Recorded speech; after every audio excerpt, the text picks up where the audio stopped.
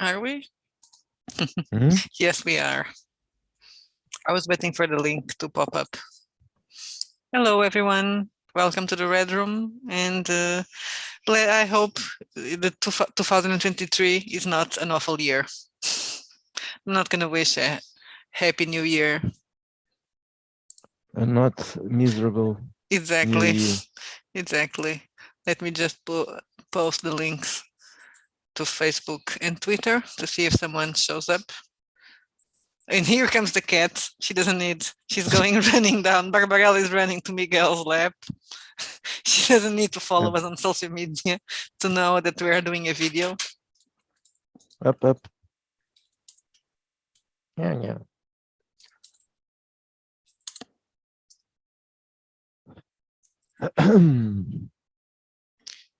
I want to put this in a group.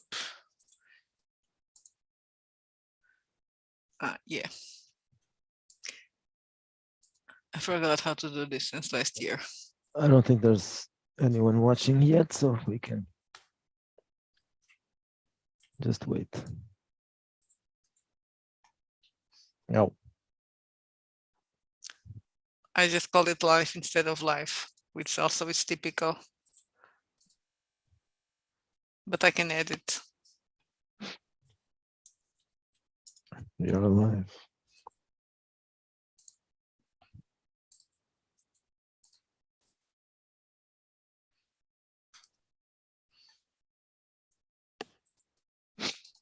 I'm editing. I don't want to show that, yeah, the life instead of life.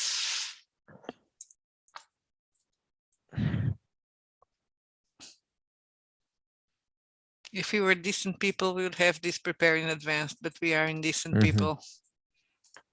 Yeah, wretched people. I should have fed the cat. No, she's angry. She's hungry and angry. She's gonna have tuna steak. Yeah. For dinner, so that's okay. She doesn't think so. Okay, I'm not gonna put it on Discord because I don't have it here. So you put it there if you want to. Okay. Yeah, there are 2 people watching, so it's me and you. We are all cozy. I don't know. Hey, I still don't know if we count. We probably don't count. I don't count. Okay, so no, there's someone watching then. Yeah, if you don't, yeah, if I don't count for sure. Okay, so I posted on Discord. Okay, so we were very well behaved. We were able to spend almost a month without publishing anything. Almost. Yes, almost. About 3 weeks. We are still alive. And today this is the proof we are Wretched alive. Darkness. And I think this is the first thing that we should talk about. The new game, Wretched Darkness. Wretched Darkness is, as we have mentioned before, our horror game. I was going to say it's our child, but our favorite child, but I can't say that or the cat will bite you. My favorite child is here. And it's also a possible game of dark fantasy, dark urban fantasy. And it's also the first time the revised rules, expanded rules, is going to be used, and probably this is going to be they aren't that different, but the small differences that were introduced here are probably going to be the same that we will be using in the second edition when the time comes. Well, probably even before the time comes, because the second edition will be just settings with a so that will be the plan. Now that you have the generic rules more or less compiled, and everybody that bought something from the Wretched line, a game from the Wretched line, received in drive-thru, received the new version of the rules, a preview, exactly. Preview of Darkness. That will be the new rules. Yeah. So there will be a book, very That was I was generic. going to say that then there's going to be a generic book. We're going to Yeah. wait for people to identify errors on this new one before Yeah, it's doing the new book. yeah, of course, and then when I edit the generic, probably it will be just the first version, which will have some stuff added to it after, because there will be some more games. One of the things that At people least there's one, the superheroes game, Yeah. or the heroes game, will have some powers that will be just for that one, and that will be of added. course there will be more games, don't be a liar. Yes, but the others will probably, I don't know. I don't think there's more to add to it except powers. When we do the Wretched Discoveries game, you're going to need to do ship rules. Well, not Yeah, spaceships. that's small thing, but yeah, but that's not a big change. So that's a plan, and I don't think that Yeah, will I was take too long. I'm gonna say why is this the plan? Some people did comment that we should have a generic rule set because they didn't want to have all the rules every time they bought the book, which is a good point. But at the same, not only this, of course, as you probably noticed, was not very well planned. We're not planners, but at the same time, Not well planned. It wasn't planned at all. Exactly. So stop speaking over me, you man.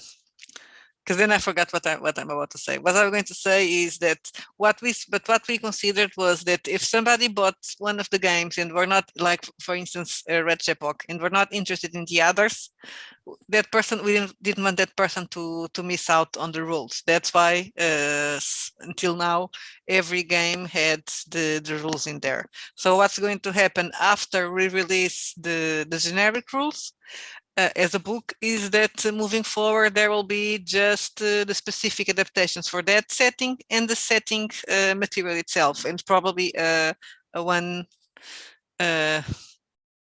thing. Help me, I forgot. Now you can talk. I don't know what a one-shot adventure, a small adventure, a one-shot. Introductory adventure. Exactly. So what it's going to happen is first there will be a generic game that I wouldn't consider that one second edition. That's halfway. It's a new edition. That is a new. It's the Wretched it will be system a new game, but not the second edition. Second edition is when we start releasing the first games, but that will take some time. I'm planning still on doing some of the revisions, at least for Epoch and probably Country. So those are going to be, the other ones don't need probably a revised edition. When I say a revised edition, I mean it's like something we did like for Bastards. Yeah. So some rules that are going to be added, some changes, and probably a few different. Well, in the case of Wretched Epoch, not much more than that. In the case of Country, yeah, at least the art is going out. The stock art, it's not really bad, but it's not good anymore. So it's you're gonna take that pictures that don't belong there. Yeah, well, they belong somewhere, but yeah, that's not perfect for the setting. No, they aren't. They aren't. Well, it's stock art from photo stock art, so it's pictures of people. I was never pleased with that. It was just not everything. There are some drawings, but so those will stay. The pictures will be replaced by, oh my God, AI art. Satanic. Okay, the satanic is going to be a bit later. So first we're going. Oh no, this is also something satanic. So we're going to show a little bit of Wretched Darkness. Yeah. Well, before I was going to say that I invited. Well, I invited. I didn't invite because I didn't receive the message, but I sent a message to. Griffith. Yeah, Griffith. I didn't know. I was afraid to say that maybe you were talking about someone else. No, it was Griffin. Yes. I couldn't remember this first name, Archduke or something like that. That's Archie. Archie. You need to remember, he's an Archie.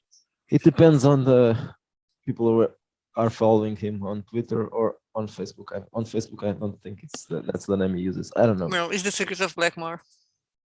So that's on Twitter. That's on Twitter. Yeah. So Mr. Secrets of Blackmore and Griffith. I tried to invite him, but he was probably sleeping. I don't know. He was and still is. That's why it happens when you just you have no consideration for people. Is do you want to come in to my stream? I did it 3 hours ago. So okay. Yeah, I know, because that's when we decided we're going to do a stream.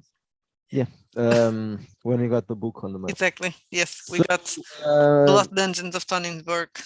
Yeah. So he didn't reply. Oh, well, anyway, if he shows up in the next 15 minutes, we can pull him in. Yeah, you can do that. So if he's listening or watching, that's probably not, because he would have answered the message. Okay, so let's start by talking about, not talking about, we already did that, but showing a bit of Wretched. Okay, so I'm going to share the screen to show you this awful thing that we've done. Tell me when it starts. Yeah, it started. Okay, so here we are, a cover, an horrible cover done using AI. It's pretty. It was my idea, by the way. Yeah, the Raven is it's an homage to our award. And maybe to Raven Wolfguard, I don't know.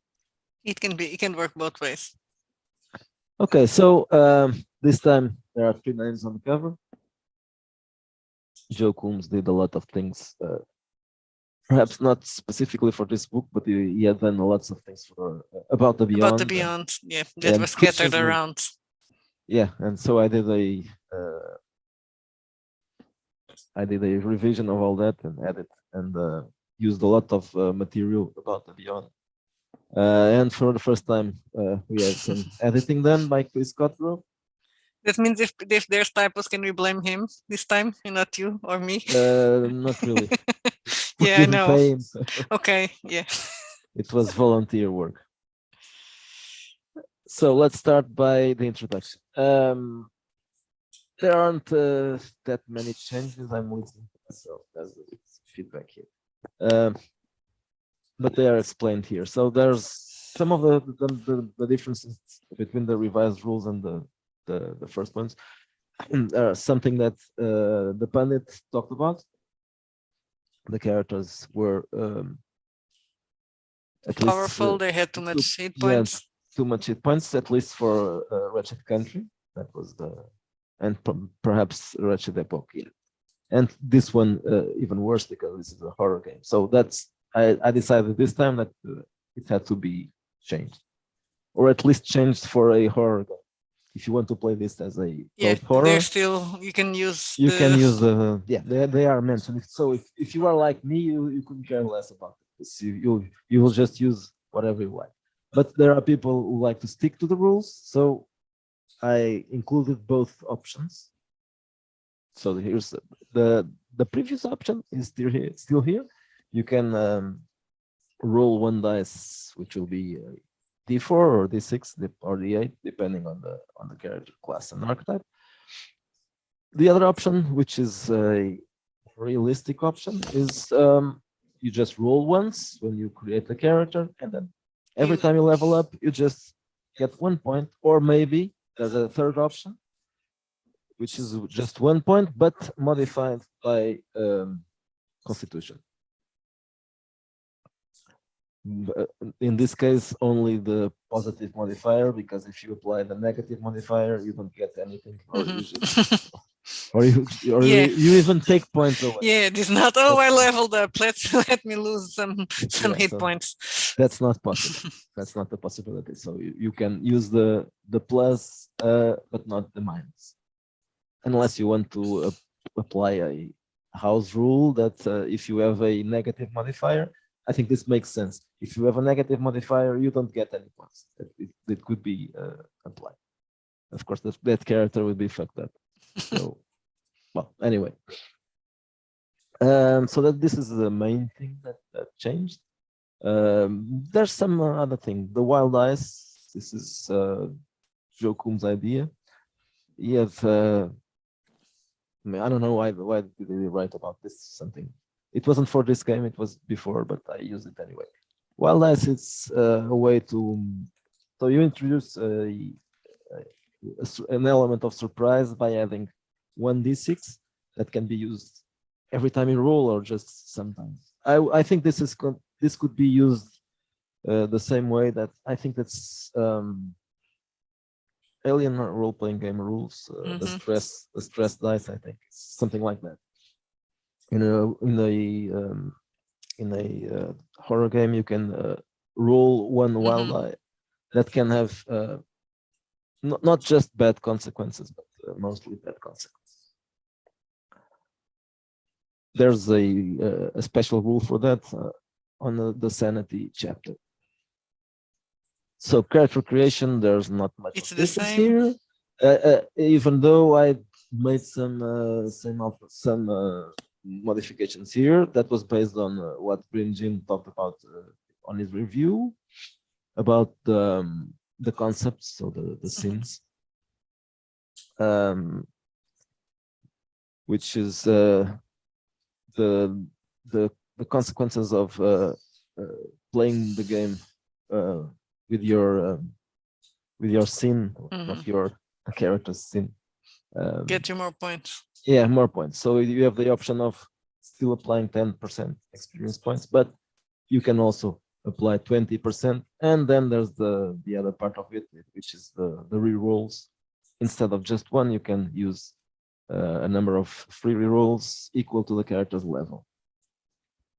If in the game session he behaves like a he behaves. He behaves like a lustful person, or slothful, or greedy, or prideful. So it depends on each character's scene. New races? Yeah, there are new races. So we have no elves. I wasn't allowed to add elves to the game. No. Even though you can do that if you have Wretched passes, you can use the fucking elves. Judd is online. Yeah, Hello. I'm wishing him a happy new year. Hi, Judd. Happy New Year. And let's talk about race. Oh, wait a minute. I think you just saw an error. No. I just saw that a butchie cat. Mr. Secrets of Blackmore is now online. I need to send him an invitation. Yeah, you're stalking people. Okay, I'm going to send him an invitation. So you can talk about darkness until Griffith joins, because then we know that the conversation is going to be like popcorns. Yeah. Okay, so I'm trying to copy this. If you can talk about this if you want. Okay, so the races that we introduced were not elves, the vampire or vampires, the Loup-Garou, that are the werewolves. So those are very basic and normal. They exist in all, well, dark fantasy game, because we had the idea also of this is not working not just as an horror game, but also as a dark urban fantasy. But then we come up with the concepts that we hope are a little bit different. So I'm going from the bottom, so because I like to be different. We have the Incubus and Succubus. That's basically will allow you to play an Apostle of Pain, but a young one that just became an Apostle, or just became an Incubus. Perhaps we should explain what it means. So that they are that wasn't thought since the beginning, but it came up while we were playing. One of our players. Yeah, it is actually interesting the way it came up. Yeah. There was when we played Sexual Holocaust. Yeah. So that's just I just want to say I wanted to say Sexual Holocaust. So he behaved like a real bastard, and a deviant bastard. Yeah, a very deviant bastard. So the guys just turned him into an apostle of pain. And then I thought, well, this is interesting. Because It can be they used to be human. So the idea is the apostles were once human. they also can transform people into one of them. So that's what happened. That's what happens now. So when you are turned into a creature of the not the creature of the night, into a demon. Semi-demon, yeah. There's a period where you are still connected. You're in probation. Yeah. So at that moment, you can still live in our world, in our reality. You don't have to go to the beyond. So you are called an incubus or a succubus, depending on your sex, not gender. But this is, if you choose this, you should be a really deviant character. You're playing a demon, and the sexual demon. Yeah. So that's. Then we have the Deva, that are basically angels, because someone, I think it was Raven, that suggested in Twitter that we should have, why don't we have angels? And we thought, yeah, that's kind of interesting. Angels based on the prophecy angels. Not, now I was going to say something stupid, not angel on earth or something like that. So the angels are not really angels because in Wretched's mythology, there is no God, there is no heaven or hell. So they are creatures from another, don't remember if we decided that they are aliens or from another galaxy or another world. You're talking about what now? The Devas. The Devas. No, they're from the beyond. They're from the beyond, exactly. So they are from the. I was thinking because of the machinators that are. They're basically like the machinators from someplace else. The Diva, we can scroll down. Now you can scroll down. The Diva, also known as angels, Amesh's Penta, Haura, so they are Seraphim, angels, but they are not angels. Yeah, so they are. The truth is, Diva, Deva, or Diva are minor entities from the beyond. So they are minor entities, just that. And it's good if you want to play an enigmatic. Well, what I like about the angels is like in the prophecies, the moral ambivalence. So they're not really the good guys. And then last but not, and I left that one to last because it's the most original one in my opinion. Well, not really original, but let's call it unique to Wretched Darkness, is the chance to play Children of the Night. Did you want it to stop sharing or was it an accident? Yeah. No, I just stopped checking for Children of the Night didn't start by that. No, I was doing it from the yes, I did Children of the I left the Children of the Night for the last one because it's the most interesting. Okay. So that's it. Children of the Night. Yeah, they are mutants based on Clive Barker's Nightbreed Cabal. So yeah, so these guys here. Yes. So I suppose you watched that I was sending messages. No, we didn't saw the messages. We just saw the. Oh yeah, I wasn't. Yes, you're not sharing. If you do it right, is when you share the documents and not the exactly and not the whole computer. Whatever I'm doing. Yeah. Yes, because then people just see whatever, just see the screen. It wasn't anything. No, it wasn't. But you learned that after you would learn that if you had to use Zoom for meetings, for work meetings, and you shared the wrong. Okay, so I'm sharing now. Yes, I'm sharing now the information with you. So Griffith says he's barely awake, but he will come in about 15 minutes. So we'll just talk about this and then we can talk. We'll talk about. I think we can talk about darkness during 15 minutes. No problem. Yeah, I think so. Yeah, of course. This was a joke. So the classes are more or less the same, right? Yeah, let's go to the classes. Yeah, basically, there's a lot of them now.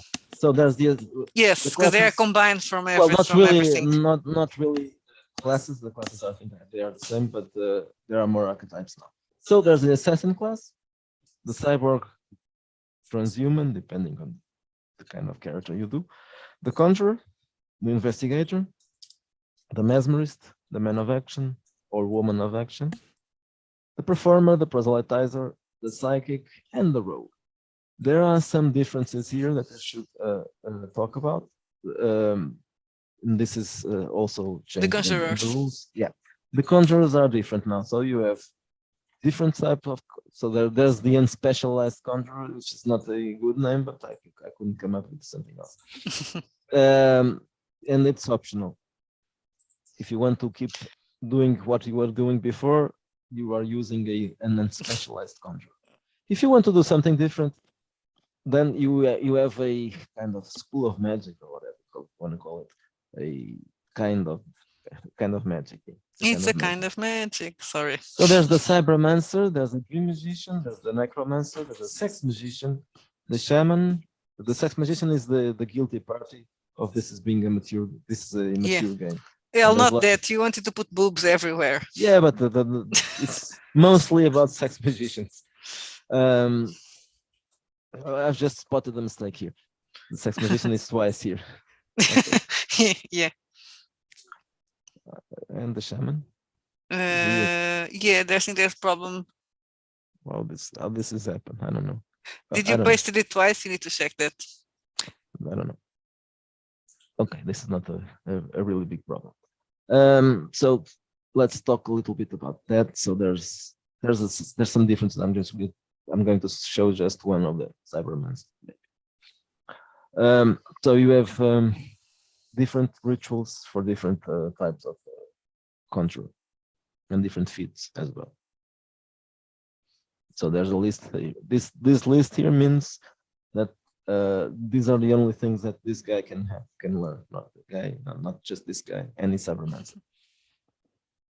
And then there are some unique rituals or spells on how you play it.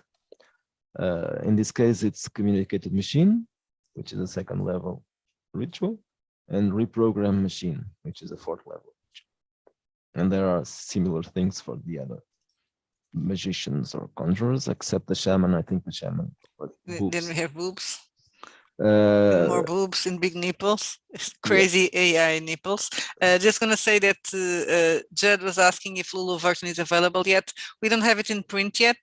The PDF is available on Big Geek and it's also on Lulu, right? Is the PDF on both? No, the PDF is on drive-through and the Big Geek. Yeah, because I put Lulu in my, but it's not on Lulu yet, right? Because it's not on print yet. It will be. Oh, Josh Peters is here and Joseph. Yeah. Yeah, we will wait a bit to put the print version available because we know there are going to be issues to be fixed. Yeah, of course. There are already some issues I just found. Exactly, but the PDF you can get it from Big Geek Emporium if you don't want to use Lulu. Yes, that's the option. So it will be on Lulu, I think in 2 weeks, maybe, probably, and also on the drive-through in the print version. I was answering Judd, and he was asking specifically for Lulu, about Lulu. Okay, now let's jump to Magic. There are some small changes to this as well. Okay, I think this exists already. The duration, yes, I think so. I made some changes, but this was already a thing. Well, there's a component table, and there are components now. Not all of them like this. These are the crazy ones. But in each spell's description, there's a component. Well, not all of them. Some of them don't have components. This page here is new. I think it's something that should have been. Josh is saying nice ritual names. Yeah. So yes, that was a bit of our weak point. He recommended that. Yeah, I know. It was before, but I don't think many people have noticed that. Yeah, that they were actually changed. I don't know if some people noticed that there was a change. We put out too many things anyway. And Joe is also saying the character sheet is on drive-through, otherwise I'll be buying it right now. Yeah, we have the character sheet separated in drive-through also to call to people attention. So it's included in the game. It's included in the game both also in Big Geek. Yeah, it's It's a London drive-through to call so that people notice the game is yeah, there. it was as it is Because a mature game. It doesn't show the up. character sheet doesn't have to be mature. Yeah, there are no nipples, no nudity in the character sheet. So it was the only way I could accept mailing the people. It's a way to call the attention for this. So this page here, I think, was something that should be explained about the spells and the rituals and how much time they take, and that table there about spells or rituals that each character has doesn't mean that they have to memorize spells like in fantasy games. It's just that you can't just even if you are using spells and not rituals, you can't just spend all day casting fireballs and all that shit. You have to rest a bit. You get exhausted. Also, obviously, if you are doing rituals, there's the matter of time. So there's a way to calculate the time it takes, not just for the ritual, which is around 1 hour, modified by level and ritual level and character level, and the time that you have to rest between different rituals, which is also adjusted and modified. Let me just answer a question that Josh is asking. So this is a 450 pages book. I see the table of contents. Are all those things settings? So yes. Yeah. So there's a setting. I'm going to jump to the setting. Yeah, let's jump to the setting. Okay. The setting is a bit focus on the dark fantasy, the dark urban fantasy aspect. Of course, you can also adapt it to horror. Yes. Well, it was when Darkness started. It was going to be a dark urban fantasy game that I wanted to do, but then I convinced Miguel that it actually could be an horror game. So I have him to do some work for me. Yeah. So if you know Cult or if you know Noctum, you'll probably find some similarities. Some similarities, yes. The Beyond is the equivalent to Metropolis, and also to the even more Coil, because it's more right. Because in Cult you have different things with different places with different names, and Metropolis is not everything, right? When the Beyond is everything. Well, maybe. Yeah. Okay. Yeah. And what we did is we started to build the Beyond and the places that exist in the Beyond. Okay, so it's the Coil from Noctum and the several realms in Cults, and you can compare it to some other stuff. So I don't know, but well, comparing to the role-playing games, that's what comes to mind, because we are all so Noctum was inspired by Cult also, and this isn't quite inspired by Cults, but well, maybe the first one, but it's also inspired by Clive Barker. And Clive Barker inspired Cult, and he has in a lot of his novels alternative worlds, not just Hell in Hellraiser, but there's Kidded, so there's a recurring theme. We have equivalents to those places. Hell, Quidditch, maybe, and things completely different that we just came up with. Yeah, stupid things. Probably.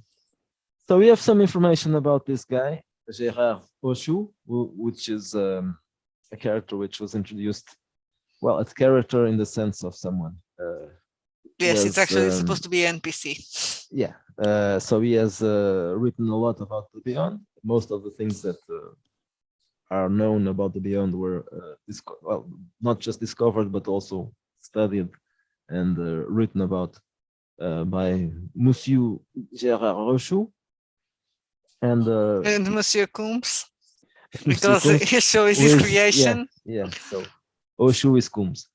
So we have some pages here that include information.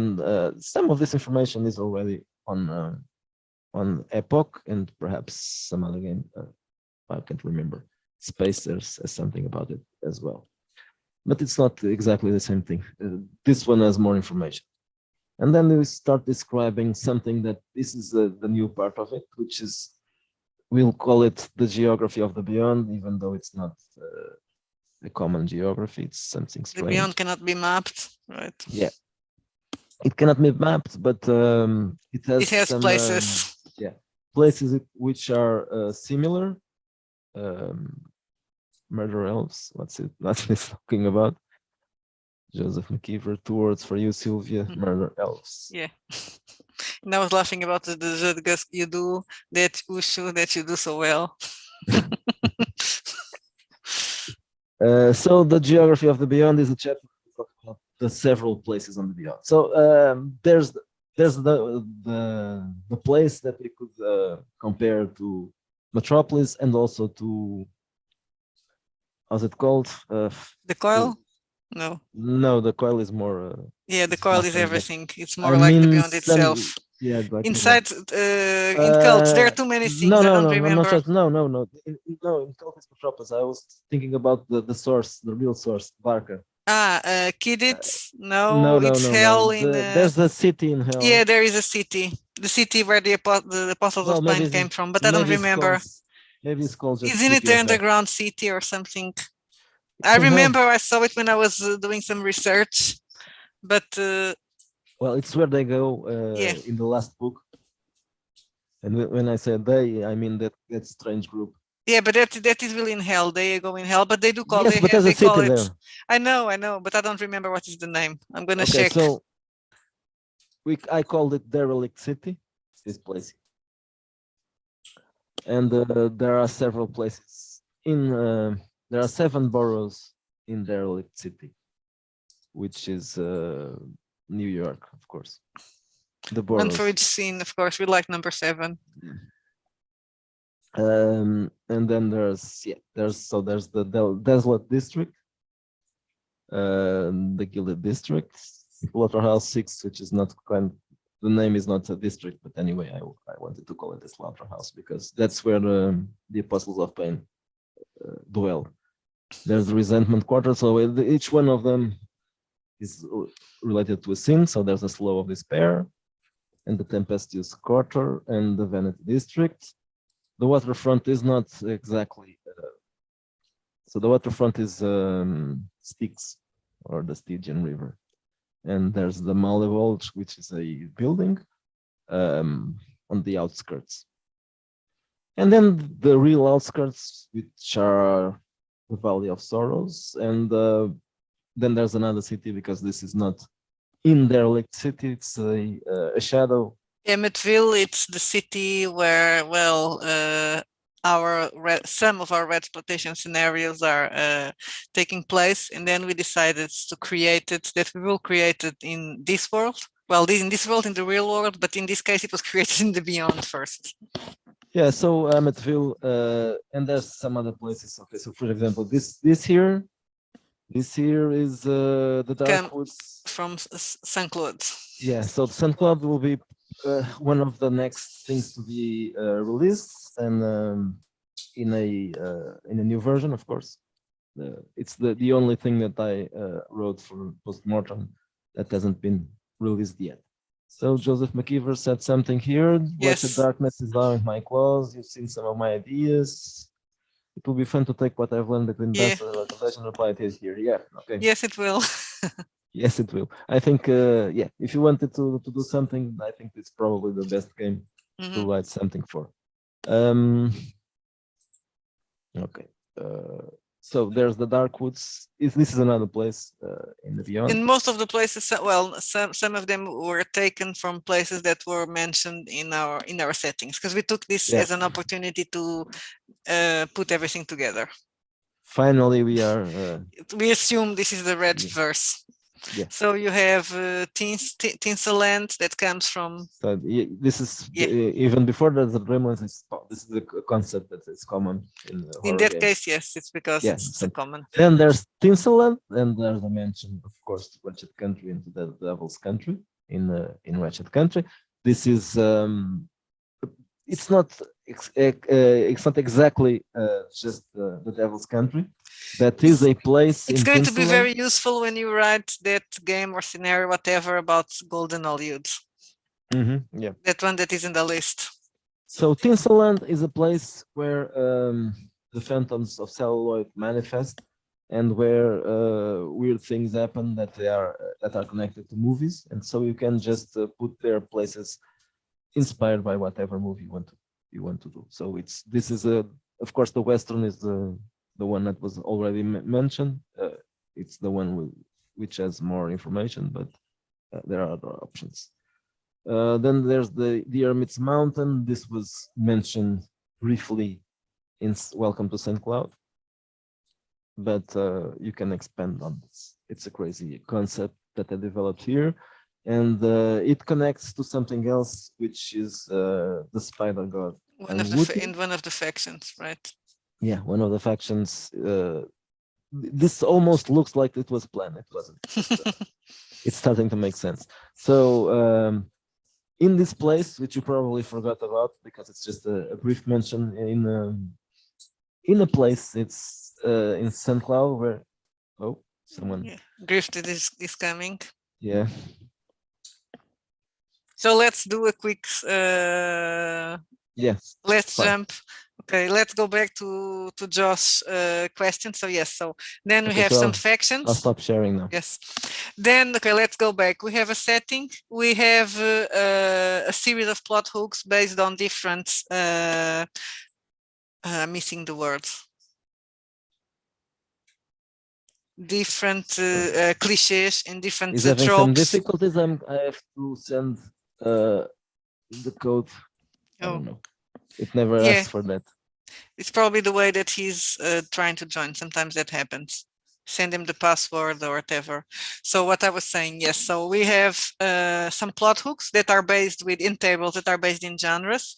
We have a detail about each type of horror genre in some movies ideas. Yes, tropes, exactly. We have some tables so you can run your own adventure on the nice glasses on the fly, and we do have an adventure in the end, a one shot. Hi. Hello. Hello, welcome. How are you guys? Happy New Year. Yeah. I was gonna say, I forgot you cutting your hair, and now I was going to say, oh my God, you cutting. What happened to your hair? Yeah, and then I remembered, I saw it. Yeah, I saw it gain life. But I think it's the first time I'm seeing you with short hair. I used to be in the Jim Grimm club of shaggy gamers, and I get my hair cut about once every 2 years, so it saves money. How are you guys, though? Yeah, good. So I don't know what you were talking about. So we're talking about our. That's why we're talking about our new game. That's why I was wrapping it up. When I saw you join. When I saw you join. So yeah, did I answer the Josh's question about everything that is there? So yes, there's plot hooks, there's tables, there's an adventure, so there's a lot of stuff. Yeah, and we'll probably talk about it again later in another video, because I think we're gonna need to try to milk this cow. Yeah, probably. Really milking the cow. It's our baby. Yeah, it's our milking the crow in this case.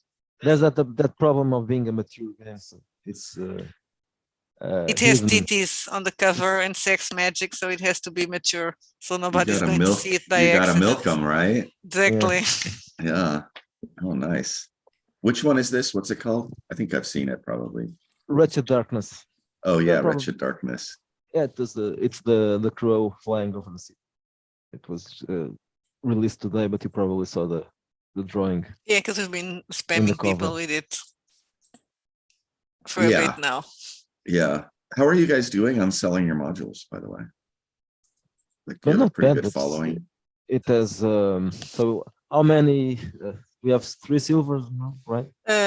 In the models we have Yeah, no. In the games we have. Talking about everything. We have 3 silvers, and we have 2 games that are almost about to become, well, not about, but hopefully they will become silver soon. Wretched Country and Wretched Space. Oh wow!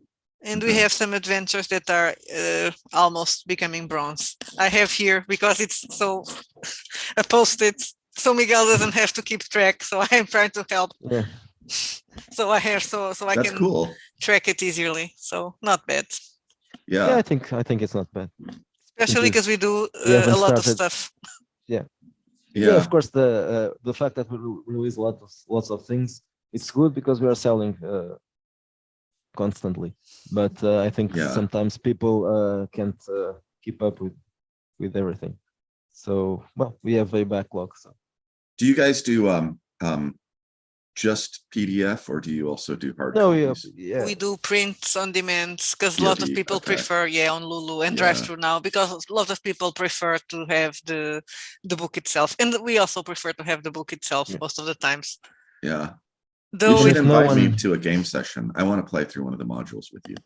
I think it would be fun. yeah, I think we need to do that next time. Maybe next time we are streaming that if you are in it, so we can bring more people on. Yeah. Because we normally we play on Portuguese because we are lazy. Yeah, we don't Oh, want you to play invite in you to play. Portuguese? Yeah, but Yeah. when we stream, we play in English. That's why we don't Okay. stream We do it very once. much. Yes, No, we but You only we could did do it once, both but though. we'll do You it can more. just like mix it up, you know? That would probably be strange. But we can. Everybody speaks English. Yeah, we just don't do it because we're lazy. Well, I'm lazy. Yeah, I speak English yeah. on my day job every day, and sometimes I'll just get too tired and no, I don't want to speak. I mean, if you're, think you in know, English anymore. if you're really hardcore about it, you should only game in Klingon. That I could- can't speak Klingon. I never learned that. Well, you know, it's because you're not gaming in Klingon once you start, you know, give it a couple Okay. months and you'll be gaming in Klingon. Just be easy for you. that could be good. I could do anything I want. And just like, So you guys did, yeah, yeah. Oh, yeah.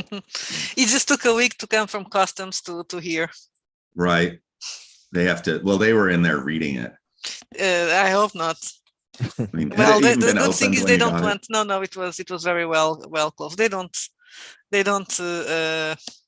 And now I'm regretted I didn't order also. You know the table the soft cover. So because I don't want to mess up the book. And now I Right. Well, you know, we're gonna make we're gonna just keep selling the PDFs Mhm. after the Kickstarter's done. then yeah. Yeah, and then you know all this stupid stuff with WotC.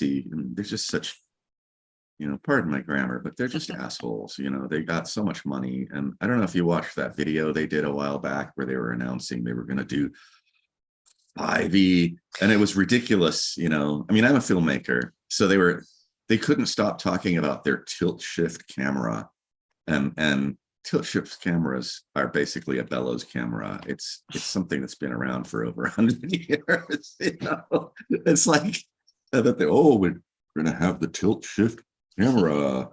You know, here tilt shift camera, and yeah, watching those jerks. You know, like who's the guy that I think he's like the commander in chief of D&D 6e. I didn't saw the video, but yeah, I saw a lot of people reactions Yeah, to it. and he was, you know, he's like acting like he did something. It's like, you're a bean pusher, you idiot, you know, and it seems like you don't even game, you know, you're just, or if you do, you're not very good at it. And it was just so embarrassing to watch him go on and on, like he's created something miraculous. And then they got, is it Mears, the guy that designed it? And he was talking about it. And it was sort of amusing to watch him in the video. And you can tell he's like, they're feeding him lines, you know, they're like, talk about how this is the ultimate game system. And, you know, and so Mears is standing there and he's, you know, he seems like a nice guy and he's definitely a gamer and he did design the game system, but he's got to stand there and do the corporate, you know, robot game and be like, well, we designed the ultimate game system and we're not going to change it, but we're going to change it, you know. and it was like, look, you know, there's no such thing as the ultimate game system. You can, you know, it just depends on what you want to do. You use whatever game system works for what you're doing. And so my whole point with that is I'm just so disgusted by WotC and their inability to produce like a quality product that will be something that their buyers would want instead of all this garbage that they're making. And now they're going to try to shift everybody over to this online thing. So if your friend doesn't have like, you know, if your friend is like me, I'm not a millionaire. I can't afford to buy the magic sword in the game, so I'll be running the character that, like, you know, is armed with a rock, like the dwarf with the rock, like, you know, I'll only be And able to then do your friends are anything. not going to want to play with you because Yeah, they're like, nobody will want you're to play with putting me. us It'll be down. like, oh, do we, you know, like, yeah, we're gonna put the party together. Should we bring the dwarf with the rock? Nah, Yeah. screw Griff. That's one of He the doesn't things have any money. I don't know. like about, you know, morphs, not morphs that are called, I just like the multiplayer role play of online. I try to play some of them, but at first I don't want to play with people that I don't know. And then I'm not going to spend money in the game. And I'm not very good on those types of games. And of course, I'm not going to go with a party and adventure with people I don't know, because I'm going to suck and they're going to be upset. I'm going to ruin their game. Right. Or you might say something that will offend them and then they will just that means I would have to go to talk to them. I'm not going to do that. I mean, that's the other thing, like somebody like Jim Graham, if he, you know, he gets on there and he gets an account and he's spent, you know, $2,000 on their little service building this mega character, and then he does something innocuous that people say like, oh, you're being a bad person. And so they just cancel his account. So now he's spent $2,000, but he's basically just given them $2,000 for free, right? Yeah, it's something I wouldn't. That's another problem I hadn't thought about. Yeah, I mean, I it's interesting. I was watching a lot of. I kind of got curious about it and wanted to see what other people were saying instead of being just like. Blah, blah, blah. And so some of the ideas people were talking about, like the idea that you have to pay to play, and then there were some other ones like that. That were interesting ideas to me. One guy was talking about how their demographics, because they were doing, there was an interesting video I found where a guy was talking about how because they did their polling to determine, they base their designs on polling, you know, like they put out questionnaires and surveys, and majority of people actually do not respond to things like that. And so there's this like 5% of your consumers that respond. And out of those people, then you're going to have like the extremists that have very specific ideas of what they want. And so you're designing for this really small portion of your community. You're not really designing for all of your players.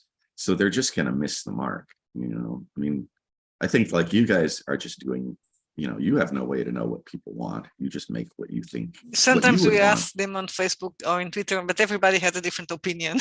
Right. But it's like, oh, we want to do this, then let's do it. So you're just doing it. You're just doing what you would want. Should I do a game about sex maniac dwarf? And it was, yes, do it. So okay, yeah. I'm not going to do a game about but I'm going to do a sex dungeon with dark elves. That's going to be one of the next one of my next things, but no, not dwarfs. You're out to offend. But anyway, my point is that, you know, they're not going to, you know, they're not going to do anything that anybody wants, and they're trying to move you to a computer. So that was kind of the big thing with people were really pissed off at us because we only wanted.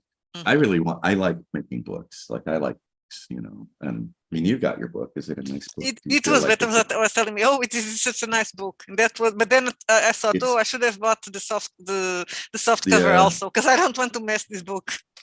Sorry, had it the wrong way. So we were kind of, I didn't want to do PDFs, but a lot of people want PDFs, and I've been watching all this chaos over WotC. So finally I said, you know, I gotta just like, I got to suck it up and accept that there are people out there that want PDFs. In a way, they want your book. Okay, they are interested in the book. They just, or they can't afford it, or they don't want to buy a book because they don't have space. Yeah. Well, and the other thing is like, you know, WotC has done, like, I don't know. I know what it's like, because when I played original Dungeons and Dragons, I spent a fortune over the first few years buying books of every kind, and I had a trunk full of games, and I mean, literally the trunk is still over there. So I had spent a fortune on this stuff, and then suddenly they're like, we're going to do AD&D, and nobody wanted to play OD&D with me. And that was when I stopped playing D&D and never played it again for about 40 years, because nobody wanted to play my crappy original Dungeons and Dragons game with me.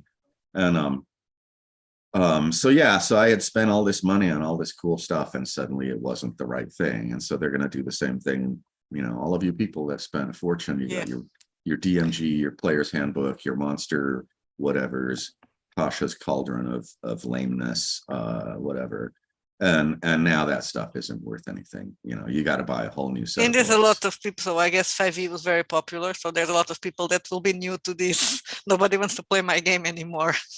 Right. And some of them are the tourists, so they can just, okay, then I'm going to do something else. But you know, it's crappy of WotC to do that because they made billions. You know, they billions and billions of dollars. Like, it's just ridiculous. They made so much money, and it's like, oh, it's not enough. Our stockholders aren't happy. We got to do a new thing. We're going to screw you, though. You're the people that made us the billions, and we're going to screw you. But you know, people can continue play. Okay, so we play online. We play on Zoom because our players are not don't want to leave there. Well, but we don't use, we own the books, everything is ours. So if you're going to play on a platform that WotC owns, and they own the books, and they own your little figure, everything, and they own everything, that's, I wouldn't be interested in that. So I think if I would play 5e, I would just continue to play 5e. Well, my point is that's why I said, look, we're going to do this as a PDF too for people that want that, you know, because it's like WotC is suddenly they're not going to produce anything else. People are going to be looking for things. I want, the PDF, you know, is not really a new idea. And you're not going to, so people that, but I want to support people that are like you, people that do your own thing. People that want the book, so they are still going to buy the book. They're not going to stop by if they want the book. They're not going to stop buying it because they have the PDF. Right. I always buy the two things, the book and the PDF if I can. It's the book. It's nice. It's on the shelf. Yeah. But then if I have to use it during a game session now, playing through Zoom, it's easier to have the PDF. I actually have both. I have the PDF and the book, but because I'm using our books and they are small and are easy to handle, so I end up having both. Right. But yeah, I don't know. I just, you know, that was my thing. My reaction to WotC was like, okay, we're just going to put out PDFs. That's a good reaction. and we did a 5e. Bob, our buddy Bob, is working on the 5e conversion for it that we're going to let people have as just a PDF. And so, you know, all those people that are like, well, gee, WotC isn't making anything for the game that I bought all this stuff for. And it's like, well, you know, we've got a PDF of this thing, and we've got a 5e conversion if you want it, you know. But I would say try using the old rules that are in there, because you might learn something, you know.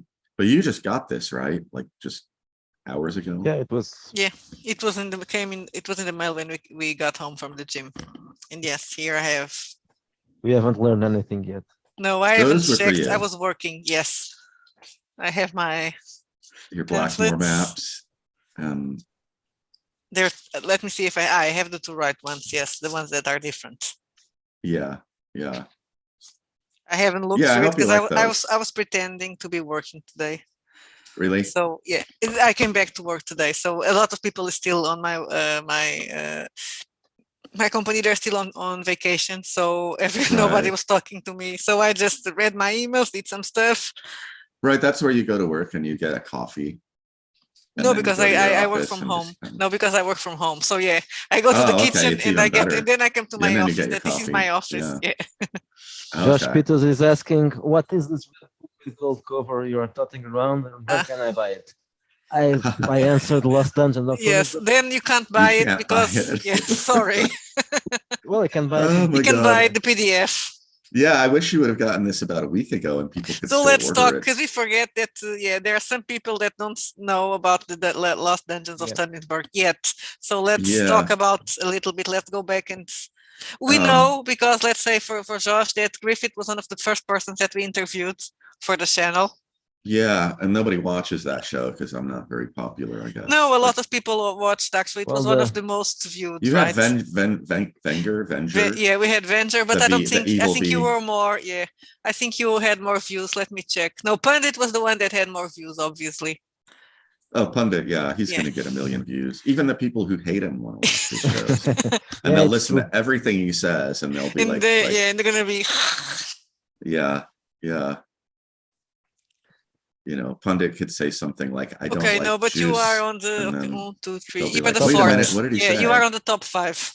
Yeah, Gabor Lux is the second, but well, he's. Gabor Lux is the I guy don't that think. did I Helvex, don't yeah. think anyone. It's a popularity. It's like the Helvetica. OSR popularity Then club. you got Venger, then you got Ragni, and then it's Griffith, and then it's the goat, our goat video, The goat which is video. very The strange. Yeah, fucking goat. we did a goat video to promote, When we Bastards started, when we started, and it's in the top a 5. very silly video. Well, No, 6 on the top 6. So a it's very silly. I watched the Wenger show, Yeah. and I like Wenger a lot. I think he's a nice guy. I don't agree with some things on him, whatever. Yeah, but I who think cares? he's a wonderful guy. But and I watched and I also caught your show with like live, your show with Grim Jim. Yeah, And I thought that we was know really because good. we were there in the comments. The Yeah, that's recent the one. Yeah, first thing about in doing the comments, I usually make Yeah. stupid comments just to be provocative. In Yeah, the and we got comments. Jody saying if everyone knew about it, it would be the Found Dungeons. It would But be the that's what? true. The found dungeons of Tonisborg. Oh yeah, the Found Dungeons. Yeah. Yeah. Oh yeah, we were So, supposed but to let's talk a the bit Lost about Dungeons, what yeah. are the last dungeons of Tonisborg? Yeah. I'm barely awake. I crawled out of bed late. I was hanging out with Chris last night. We had some scotch and Yeah, we were So you were smoking. that's sleeping. what and I was drinking saying. I was scotch, and it was just a saying, nice oh, maybe he's evening. asleep, and he was like, oh, he's not asleep at this hour. Well, we know when to view it. It was in the morning, but we didn't know how Yeah. early it was, and we didn't really remember. I don't Yeah. remember the difference, the time difference. So what's the time there? Right now, it's probably about so like 11:20 or so. Oh, Yeah, okay. It's like Oh, a so 6 it's- hour. No, it's 6 a hours very- between yeah, us, okay. I think. Yes. Yeah. It's a In very fact, big if you did your show later in the evening, you would get more viewers probably because you're hitting yes, people but when I like to everybody's sleep. going to lunch. You like to Yes, sleep, but I yeah. like to sleep. Right. I need to go to bed early because of I need to have my beauty sleep. Right. Doesn't work. Yeah, it doesn't, and it's not working exactly. Lost Dungeons of Tonisborg. Well, I mean, you've got your book. Look at your book. What do you think of this thing? This is a book, and it is a book about one of the oldest dungeons. You can open it up. I'm not going to open mine up because my hands are covered with the juice. I'm from going the to show. smoking I device. cut one of the. Yeah, there's the Maps. reproduced maps. That looks like maybe 9 or 10, level 10. Yes, 9, exactly. 9. Level 10. Yeah, and then what happened was that when they were making Dungeons and Dragons, Gary Gygax and Dave Arneson were working long distance, and they were sending each other drafts of the rules. And Dave Arneson and his group were playtesting the rules, and Gary and his group were playtesting the rules. And so, at a certain point, Gary, as editor, had a draft that was a fairly complete draft, and he sent it to Dave Arneson. And Dave Arneson gave a copy of this draft to Greg Svensson, who played the great Svenny in Blackmore, one of the most iconic characters in Blackmore. And so Greg made a dungeon and populated it. And it's kind of interesting because it was made, Dave Arneson had a system for designing dungeons using dice. And so if you look at this dungeon and you look at Blackmore, they're identical as far as the angles and strange rooms. So we think that Arneson, when he created his first dungeon, probably was using dice to generate random tunnels, which is, I mean, that's just, something that people thought of later. Arneson was doing it with the first dungeon ever. And so Greg made his dungeon in 1973. We think Arneson created his around 1971. Gygax heard about D&D in late 72. So, we have Arneson's mega dungeon. He had a little dungeon too, but his mega dungeon of Blackmore. You have the Lake Geneva dungeon, which really, what's funny about that is people think that Gary Gygax was the big dungeon master there, but really the person who was probably the DM the most was Rob Kuntz. And then you have Greg Svensson's dungeon. Probably those are the first 3 mega dungeons in existence. And so what happens next is Greg gives his copy of the dungeon to David McGarry. And David McGarry goes to work. He worked at a print shop at the law school in Boston. He makes a copy of it so he can have a copy of the dungeon to run for his friends. And he comes home and he sets it in he puts it in a magazine so it won't get bent. and sets the magazine down on a table, and he goes to sleep because he works the night shift.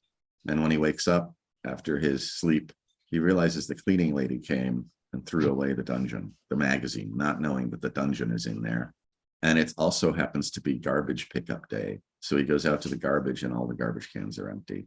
So he's basically done, by mistake, he has to it just sounds horrible. You have to tell your friend, remember that dungeon that you made that you've had for years, and is this precious thing you made yourself, it's gone. I lost it.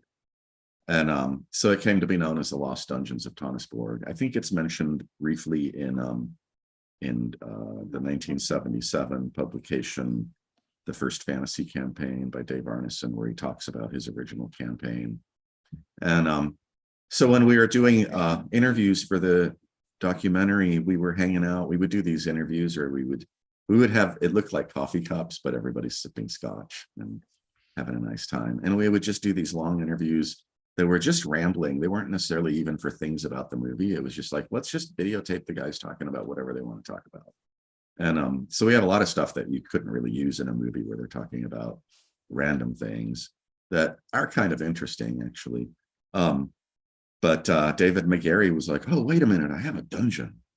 And he went to he disappears, and he comes back and he's like, yeah, I have this old dungeon.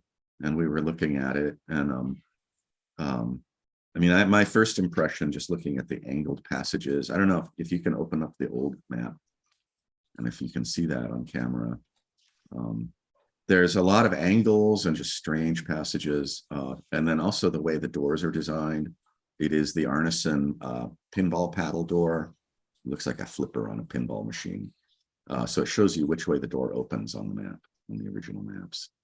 Let me open a good page. Yeah, so I was like, that, I know this because I know First Fantasy Campaign inside out. I've read it a million times. This looks like some kind of Blackmore dungeon. And then it was Wesley and Ross that were like, yeah, but it has gnolls in it, so it can't be, it has to come after D&D because it has gnolls. And those are sort of a creation of Gary Gygax's. He wanted to have like a monster, like a standard monster that was like a human, but so you have like the kobolds, goblins, orcs, and then you go, is it gnolls that are next? I think 2 hit dice, and then ogres and trolls, but you have like sort of a standard basic fighting monster that has different gradations on hit dice and levels. So we were talking and we sort of decided or McGarry said, this may be Greg's dungeon. Like I may have had an extra copy that I didn't know I had in a box somewhere. And this may be Greg's dungeon. And so a couple of years later, Dan Boggs was just like, well, I'll just mail the maps to Greg and see what he says. And Greg recognizes handwriting. And so it was lost, it got lost, I think, in the early 80s, and it was rediscovered around, maybe 2000, what was it, 2018, maybe 2019, something like that. So it's about 35 years, somewhere in there, 35 years, this thing was lost. And so then the next thing, Dan and I wanted to write a book, and Dan suggested I wanted to do a book that really was a sort of a guidebook on how to be a dungeon master or a game referee, because I think that it's sort of a lost art form. There are people who know how to do it, but now these days, a lot of people don't know how to do it because they play video games and they think that role-playing games are supposed to be like video games. That's one of the reasons I'm interested in this, to help me to do better dungeons. And I'm saying better with be better. Exactly, to see if I already have Judd complaining in the chat that I don't know why I have a reputation about trying to kill players. Oh, that's I'm very great. nice. I'm Player very characters. player characters. never, yes. You never kill the player. Well, you never do. Yeah, you have to let them die. Yes. Anyway, so we started writing this book, and it took about 2.5 years to make it. And I think, everything in it, even the rules, you may not be interested in the rule set, but it's worth exploring the rules and sort of trying to understand how simple they are. There are some things that Dan added into his rules which were not in the original Dungeons and Dragons, which are like a kind of challenge roll type thing, where if you want to do something, you can sort of say like, oh, it should be this hard. You need to roll this. I don't use that. I usually do I let the dice tell me what's going on a lot of times, and I don't use anything specific. I'm just like, I'll decide in my head, do I want them to roll high or low? And I won't tell them. And then they roll a d20 and I'll look at the number and I'll be like, well, that tells me they had a good result or a bad result or a so-so result. And then I will give them a result on what they're trying to do based on that. And it's sort of made up by the dungeon master. But it's a really free form like that. What else? I don't know, like and if say there's someone that hasn't saw it yet, so they can also learn more about it watching your film, The Secrets. Secret of Blackmore. Exactly. Yeah. Well, it's God, I get into my professor mode. I don't know. I just want people to have fun playing their games, and I think that a lot of the newer games have sort of lost the point of the game. You have your setting. The setting can be anything. You have some basic rules. If you look at the original D&D rules, I don't know if I have my books still around here, but the little brown books. Here through my stacks of stuff here and see if I left them there. They are right there. I'll just get all of this stuff out. You got these books. I mean, these are tiny. Okay. And so the original game, you could play a game with these tiny, tiny rules. You didn't have a lot of rules for it. Most of it was just you interacting with the referee, and the referee would say like, well, that seems reasonable, or you're trying to do something really difficult. I'll give you like a 1 in 10 chance, roll a die, or whatever. Is that the 40-year-old book? It doesn't look that old. These guys? Yeah, these probably came out. I bought this in 1977, so it's, I forgot. They don't look too bad. They're so small you kind of memorize everything. Yeah. And of course. And then I don't even look at the charts anymore when I'm playing. When I'm running a game, I just know like, oh, this is an orc. These orcs are probably well armored. I'll say that they're AC 5, and you need to roll like, I don't know, maybe a 15 or something to hit them. I'll just make up a number in my head. And something that seems sort of fair though. So I don't really need to use the rules, but you don't need a lot. I think that what they've done is they've tried to create this thing that's really that people can play alone, and people are doing. I see people talking about D&D all the time, and they talk about their character. They don't really talk about the adventure. They're always talking about like the character build, and that just seems so unrealistic. And what is the favorite? What is their favorite favorite drink? And what is their character favorite dish? Exactly. My character likes tapioca. That seems to be something that's recent, right? I don't remember people in the 90s. They didn't talk about that. Right, recent. I think it kind of started with the 3rd edition rules, because they started to get really like heavy into sort of. It's not really point buy, but it was like attribute. You level up and you get an extra feat, or you get an extra whatever. Oh, we have a question here from Django that he says, "Hey, I backed the Kickstarter, but it seemed that money wasn't collected yet." Okay, so your thing, you probably these are the people we did the quick ship books, which were shipped out immediately And so when the Kickstarter closed, the money for all the quick ship books was gathered. Like your credit card got hit, and you paid $100 for this book plus shipping or whatever. And so those we shipped out as quickly as possible. They're all out. I think there's one guy that we had a little mistake, and we still got to get his book to him, but we're talking to him. And then everybody else, the way Kickstarter works is normally you would just close down the Kickstarter and your credit card would be charged, and we'd start mailing things. But then there was a company that came along called BackerKit, and they expanded it. And so what you do is all the data from your Kickstarter goes to BackerKit, and you are not charged yet. Or maybe you're charged for some things, but then on BackerKit, you have the option to go in and buy extra things. Minute, so it's normal. Yeah. So you're on BackerKit. Don't worry, Griffith will take your money. So And what you will get the happens? book. Yeah, I'm trying to explain it sort of Yeah, I precisely know. I'm so sorry. that they know. So what happens is that we close the backer kit. Chris did that yesterday. Is it the second today? Third. He did it on the first. So backer kit waits 2 days, and then you have, in fact, you have a couple days to still get in there and get extra whatever's if you want a DVD or you want a T-shirt. We got a cool shirt, by the way, the old school shirt with a map of Tonisborg.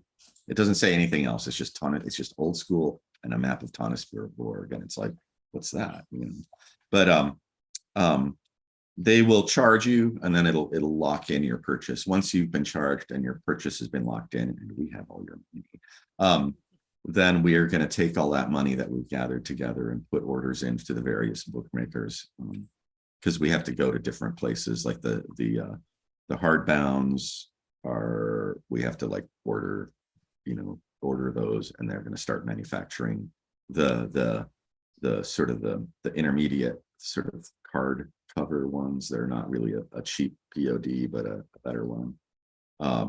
And when I say cheap POD, I had a POD around here and they look really nice. So it's just not, it's not. We have cheap $100 PODs. book. We don't take offense on that. Yeah, I mean, it's just, it is what it is. Some of them I've. It depends. Yeah. Yeah. If you go for the most expensive version, it's especially on Lulu drive-through, it's not Yeah. really good. On No? Lulu, it's nice. No, drive-through okay. has some Yeah. problems. Well, I don't know. I haven't tried it yet. I think the premium option. Do you have one you can hold up and show, or Yeah. either of you of yours? I have a lot of them. Yeah, but the good ones. Well, I can't be sure about that. I have to check it first. Yeah. Okay. It's funny you wanted to have me on the show. You asked me on the show a month or two ago. You were like, "Oh, Yeah. you come on our show," and then Okay, we never so- got it together. And then today you so- send me a message like Because I half got an the hour book ago. and I said, "Oh, we're gonna stream." So I know. and then I'm like, And "Oh, you're I'm like, gonna show "Come the on the book." show. So, I'm like, okay. This is a bad one. So this is It's the a bad one. Oh, drive-through. it So looks it's good though. yeah, it's not glossy. Okay. Anyway, so we had the intermediate ones. We have to get those printed and bound here in Denver. So that's the printer that makes the pages that go into the hardbounds that This then one have to be looks- manufactured with This one, the covers. paper is more. Okay, I see a little bit more shine there, maybe. Yeah. So this Glossy, this yeah. one it's nice quality. The paper is. And nice then quality. yeah, so it would be more like that quality, except for we only Yeah. do black and white in it. I think there's some color pages in it. Yeah, of but course. then anyway, the glossy pages look better. And then in black and then we have the POD ones, which we do through another company. So yeah, everything. I have a feeling like the PODs are probably going to be the first ones that are sent out, just because they get pooped out of the machine really fast, and then off you go. Anyway, so that's why you're gonna. Some people were confused. They were like, "Where's my book? You're sending out books. Why didn't I get a book?" And it's like, well, we had 80 left over. We have to buy lots of you get like a price break. And so every time we do a print run, we have to do at least 200 hardbounds. And so the second red cover printing, we had about 80 left. And so we decided we'll sell those as a quick ship. So that was when I thought, "Oh, I'm gonna buy it," but yeah, I want a quick ship so I can have it for Christmas. It was not Christmas; it was New Year, it but was it close. was. Yeah. It was yeah. close enough. Well, and we had a problem with the second printing. We couldn't source paper. So we upgraded. Our printer said, well, I can find 80-pound paper. It's going to cost more. And so we just upgraded everybody that had bought a book on that printing, and they got an extra bonus thing of heavier paper. So anybody who got a quick ship, it's sold for the same price as the 70-pound edition, but you actually have an 80-pound paper in there. And that's just how our books are going to be from now on. I mean, we go to the printers. Part of the problem with printing now is that because I did a lot of research online, I wanted really specific colors. I wanted what is it? Is it indigo blue, the one they make with the plant stuff? It's like a very specific blue they make in Japan. And I wanted to get that particular blue as a Japanese, like really fine fabric to go on the outside of the book. And I found it. I found the manufacturer and everything. And our printer was like, we probably can't get this stuff anymore because they've just nobody's making hardbound books anymore, hardly. And so all these companies that used to make just the individual components of the book are just done, or they're selling like just the most popular thing. And something like an indigo blue fabric, we're not going to be able to get it. And so with our first printing, we wanted purple, and the woman who owned the place, who unfortunately passed away actually from COVID, she had us over and we went through all the old stock of just remnants of things. And so the purple is a very specific purple that they happen to have part of a bolt of, and then they didn't have enough for all of the books in the print run. So then they were like, well, we got this teal, we can do the rest in teal. So we did some in teal. So I think from now on, all of our books are going to be kind of oddball editions where you have an edition. This one is the green with gold. This one might be like blue with silver or something. But it also makes him special, so that's actually that's good. Yeah, I like, blingy, colorful, like it makes me happy to look at colorful things. I'm done with my little goth phase. That was the 80s. We're done. Anyway, you got the book. Obviously, Miguel can't look at it if you're holding it. No, not right now. Yeah. But if you open it up and look at it, you can sort of see, people gave us a hard time because we put there's a disclaimer in there, which is sort of it's a, this is a dangerous book. It has dangerous things in it. If you do not like the dangerous things, do not use them. Take a pen and cross out the dangerous things in the book. What are the dangerous things? Ideas. Yeah. Ideas can be dangerous. Thinking is dangerous, and I'm seeing this, respecting one's boundaries and expectations. Yeah, and so we did that. But you can do something like this in a smart, intelligent way. That's no problem if you do it the smart, intelligent way. We didn't want to redact anything. There are all these people running around like, oh, you can't have the bad things, so you have to have censorship, right? And it's like, no. You can be in a.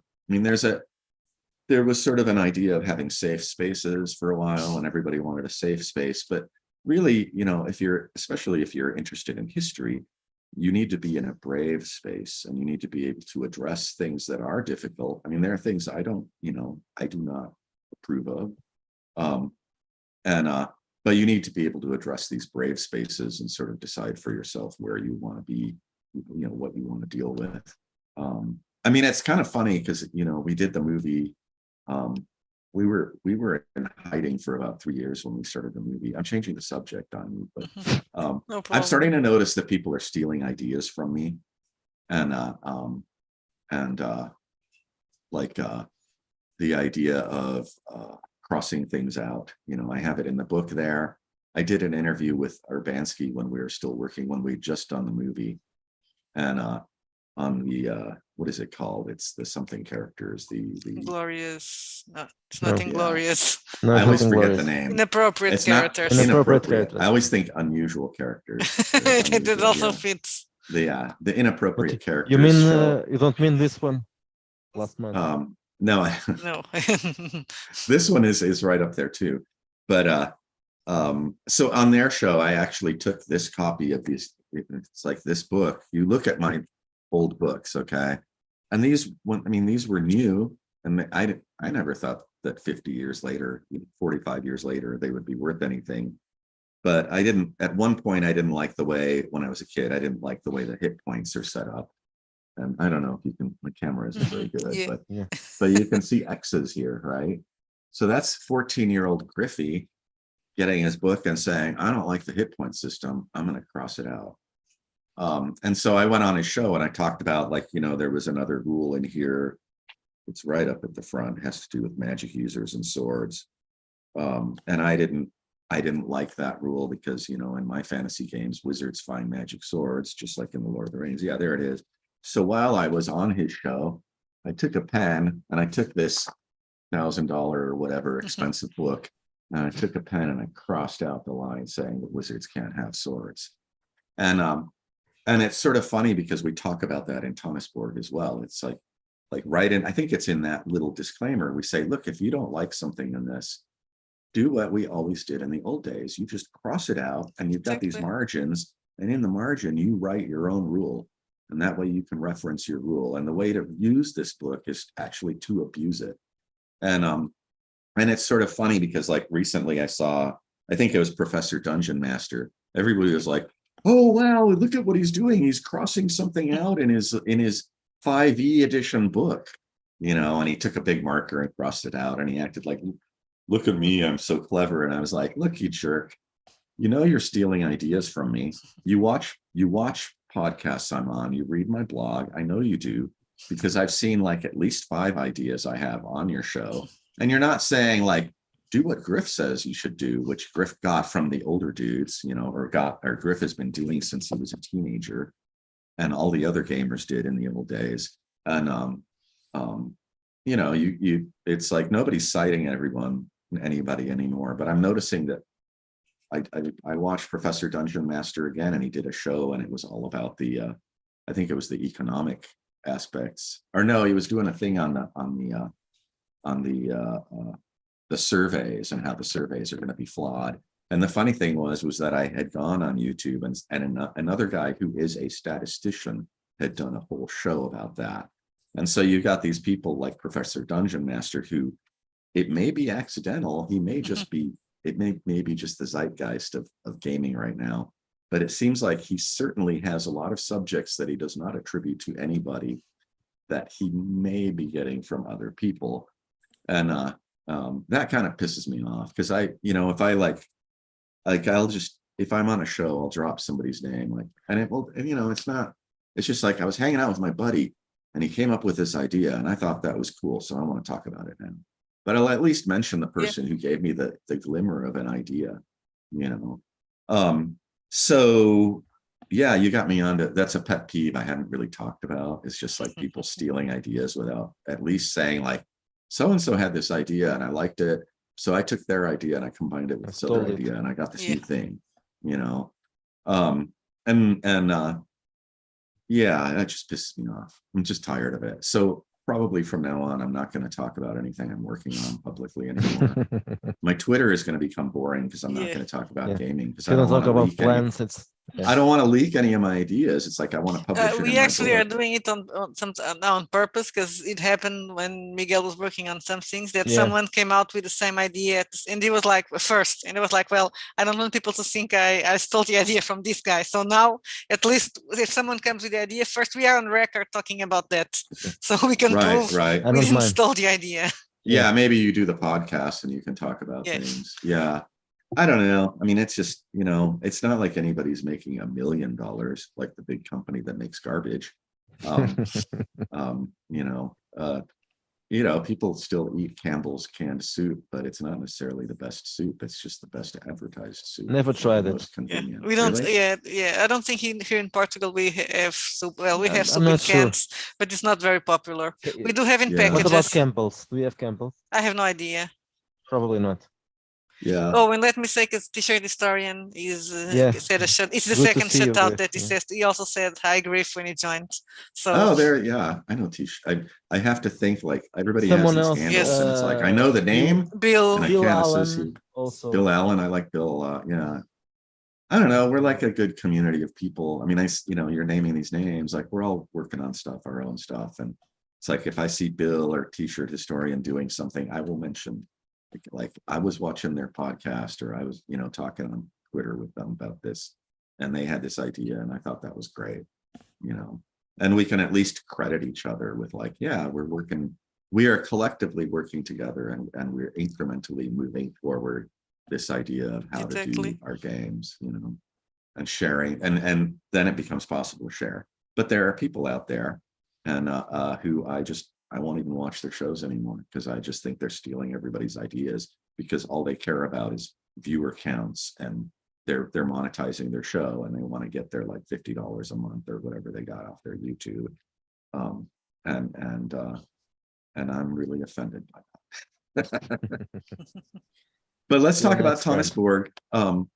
What else? I don't know. I mean, Dan's rules are great. I was looking at the combat system. It's interesting what he did with the combat system.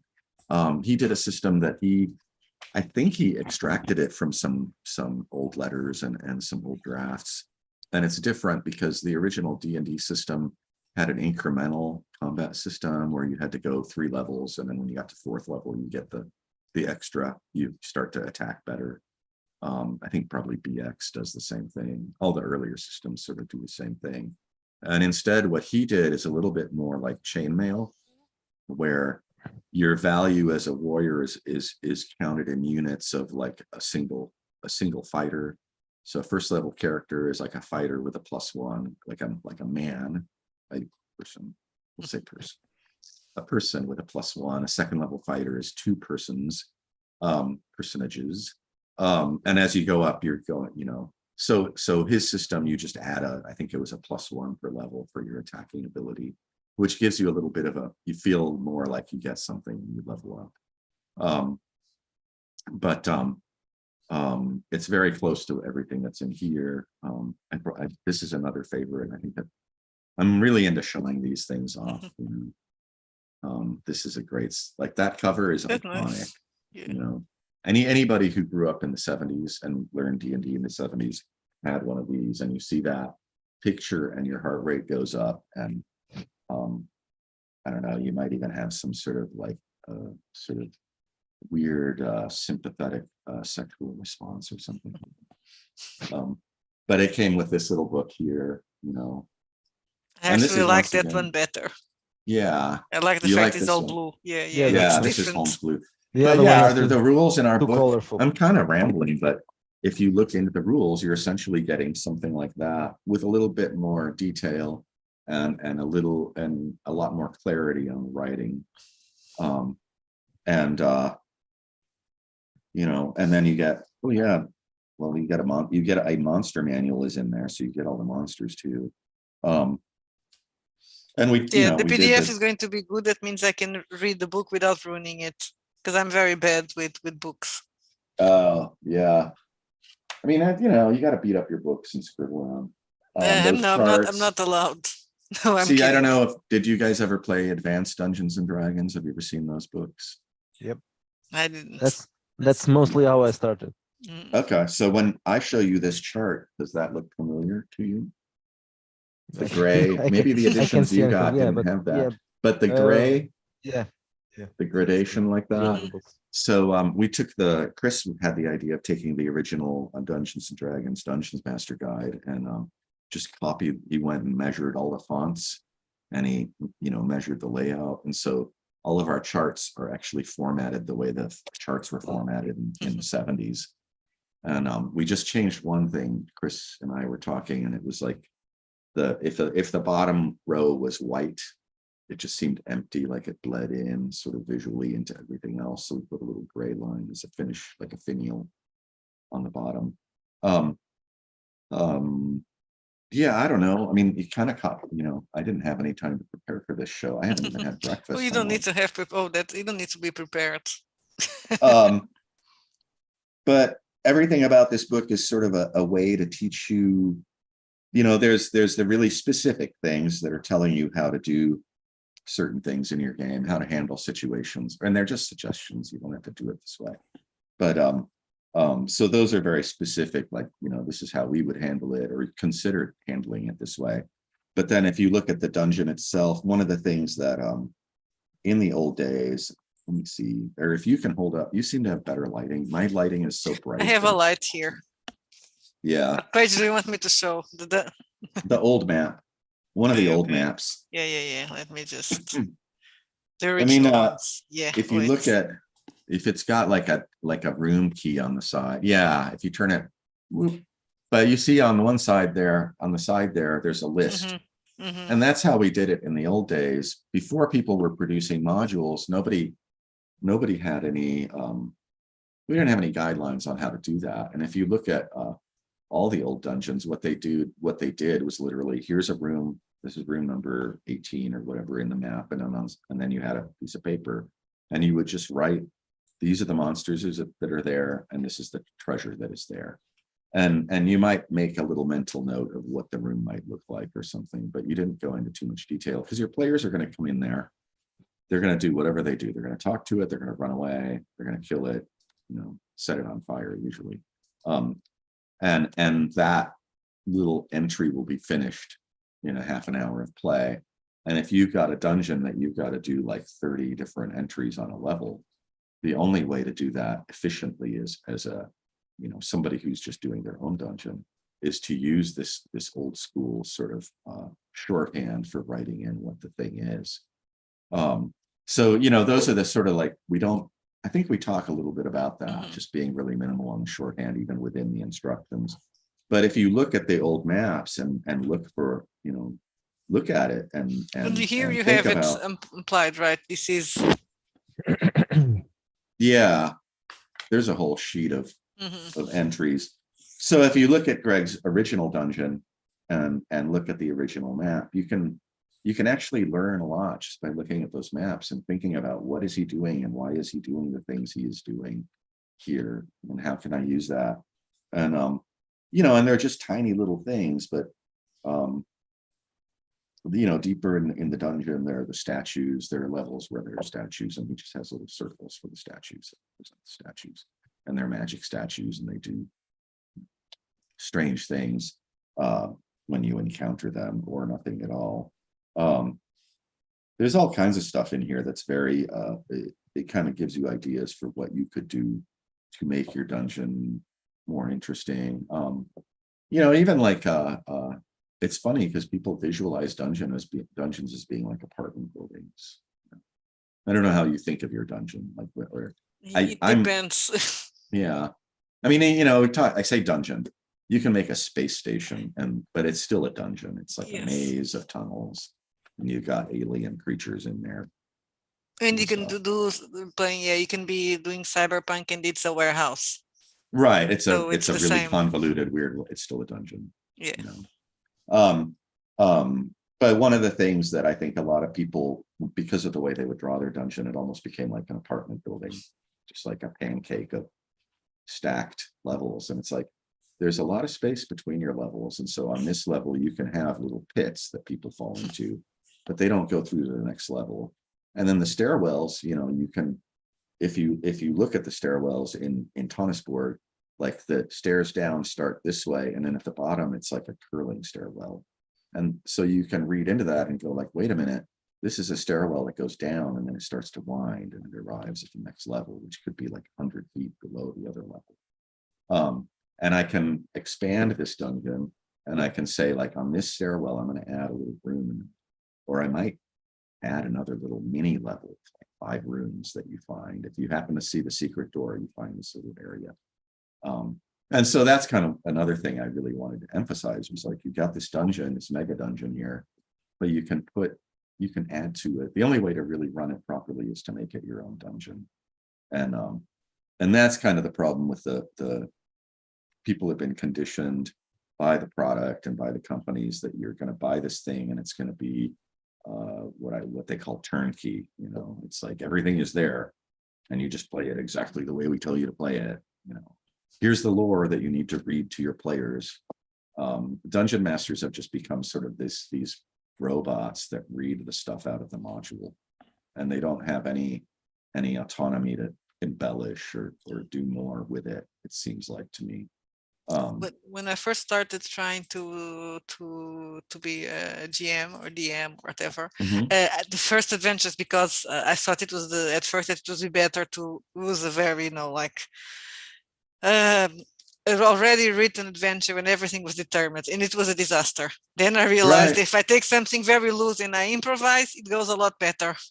Yeah, that's the only way to do it. I'm the same way, you know. Did you ever run into the thing like you're trying to run it and you get done running it and then you realize that you missed a pass it, like the text is so dense. Oh, and another problem I have is Miguel is normally the game. So when he's a player, he likes to revenge himself, and he always does the most fucked up things. So he was always ruining the adventure. It's like, but this is not, that scenario is not here. What do I do now?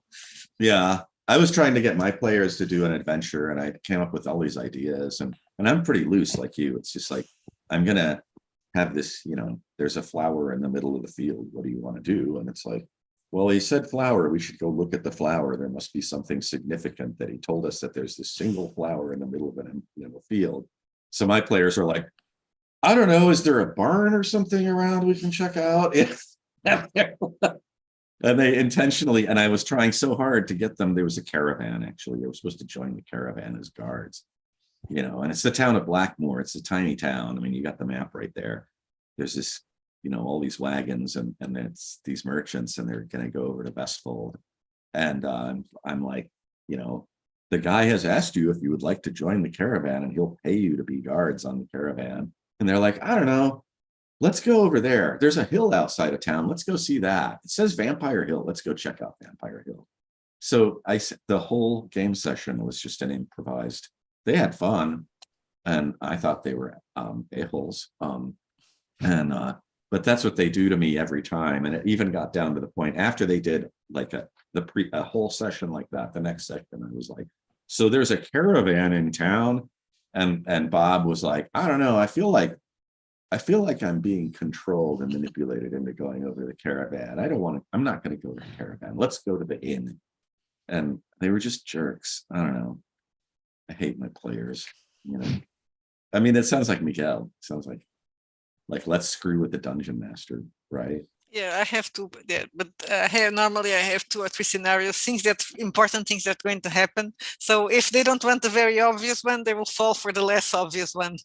And if not, I just get some other plot hook and say, okay, so what do you want to do? And I'll just pick another plot hook. But sometimes what happens is that I'm stuck because I didn't plan that. And I improvise, but there's okay, now they're going to get inside. I've been behaving, right? Yeah, you've been behaving. Yeah. They decided to go, what we're playing now, we just started playing one of the Wretched scenarios that I wrote that takes place in a sanatorium, and there are dungeons and caves, like it's a type of dungeon. Tunnels. And in the first session, one of the players decides, let's go and I'm going to check the cellar because I said there was a cellar. I want to, what is there? There's a trapdoor. I want to check the the dungeon. And I was like, I don't want to run a dungeon at this hour. So I just said, it's very dark, and so it's better for me not to go. Yeah. But he just picked the thing that I wasn't exactly the thing that I wasn't ready for. And I was like, no, you're not going to go in the dungeon. That's what, you see lots of spider eyes down there. Whoop, okay. I wouldn't go there. It's funny, I mean, the idea of dungeons, it's interesting because the idea of dungeons actually, even my dad grew up in Chicago, he and his twin brother. And I used to hear stories when I was a kid, before I even knew about Dungeons and Dragons, that they had found a steam tunnel that went between the buildings. And as 10-year-olds or 12-year-olds, they just explored their whole neighborhood. And they knew where everything was, and they found this tunnel that you could crawl through between the buildings that was like an old steam tunnel. And he described, he got lost, or maybe, they gave it to somebody, but they were crawling through there and they found a little tiny box. And so they took the box out, and then they opened it, and inside was a glass eye. And I just like that. They told me that story, and it's just, I should use that in one of my adventures, like a glass eye. It's like a magical thing you find in this tunnel you have to crawl through. But yeah, there are just so many, and then they both grew up in an orphanage, and there was also a tunnel in the orphanage between the buildings and this orphanage up in, I think it was in Wisconsin, maybe. That he was like, yeah, you could go between the buildings just underground in the wintertime, between the laundry building and where the facilities were, and the main school building where kids lived. But you're talking about having you're doing a cyberpunk thing with tunnels and stuff. And no, it's a Belle Epoque thing. Okay, yeah, but even Belle Epoque, in Paris, they destroyed Paris. And they rebuilt it on top of the ruin. They decided we're going to. Well, they have vampires there, so now they're not on Paris. Right. But yeah, the vampires are living on the catacombs. Right. Obviously, right. Yeah, well, that's where the vampires would have to live. It's so cliche. But I was reading when I was doing some research, because I said, well, I want to have vampires. Where I'm going to put them? Well, of course, I'm going to put them in the catacombs. And I was checking the catacombs of Paris, doing some research, and in reality, they do find the most weird things down there. I read that, I don't know if it was in the 90s. Or the early 20s, that they discovered a cinema there, a secret cinema, that somebody just built and they didn't know it was there. And it A was cinema, like a movie cinema theater. room. Yes, a movie theater inside somewhere in the Wow. catacombs. So someone built a cinema Yeah. there. Yeah. Well, you know, I mean, I've talked to you guys before, you know, about my obsession with Stalker and Tarkovsky and the idea of the zone and this place that you go to.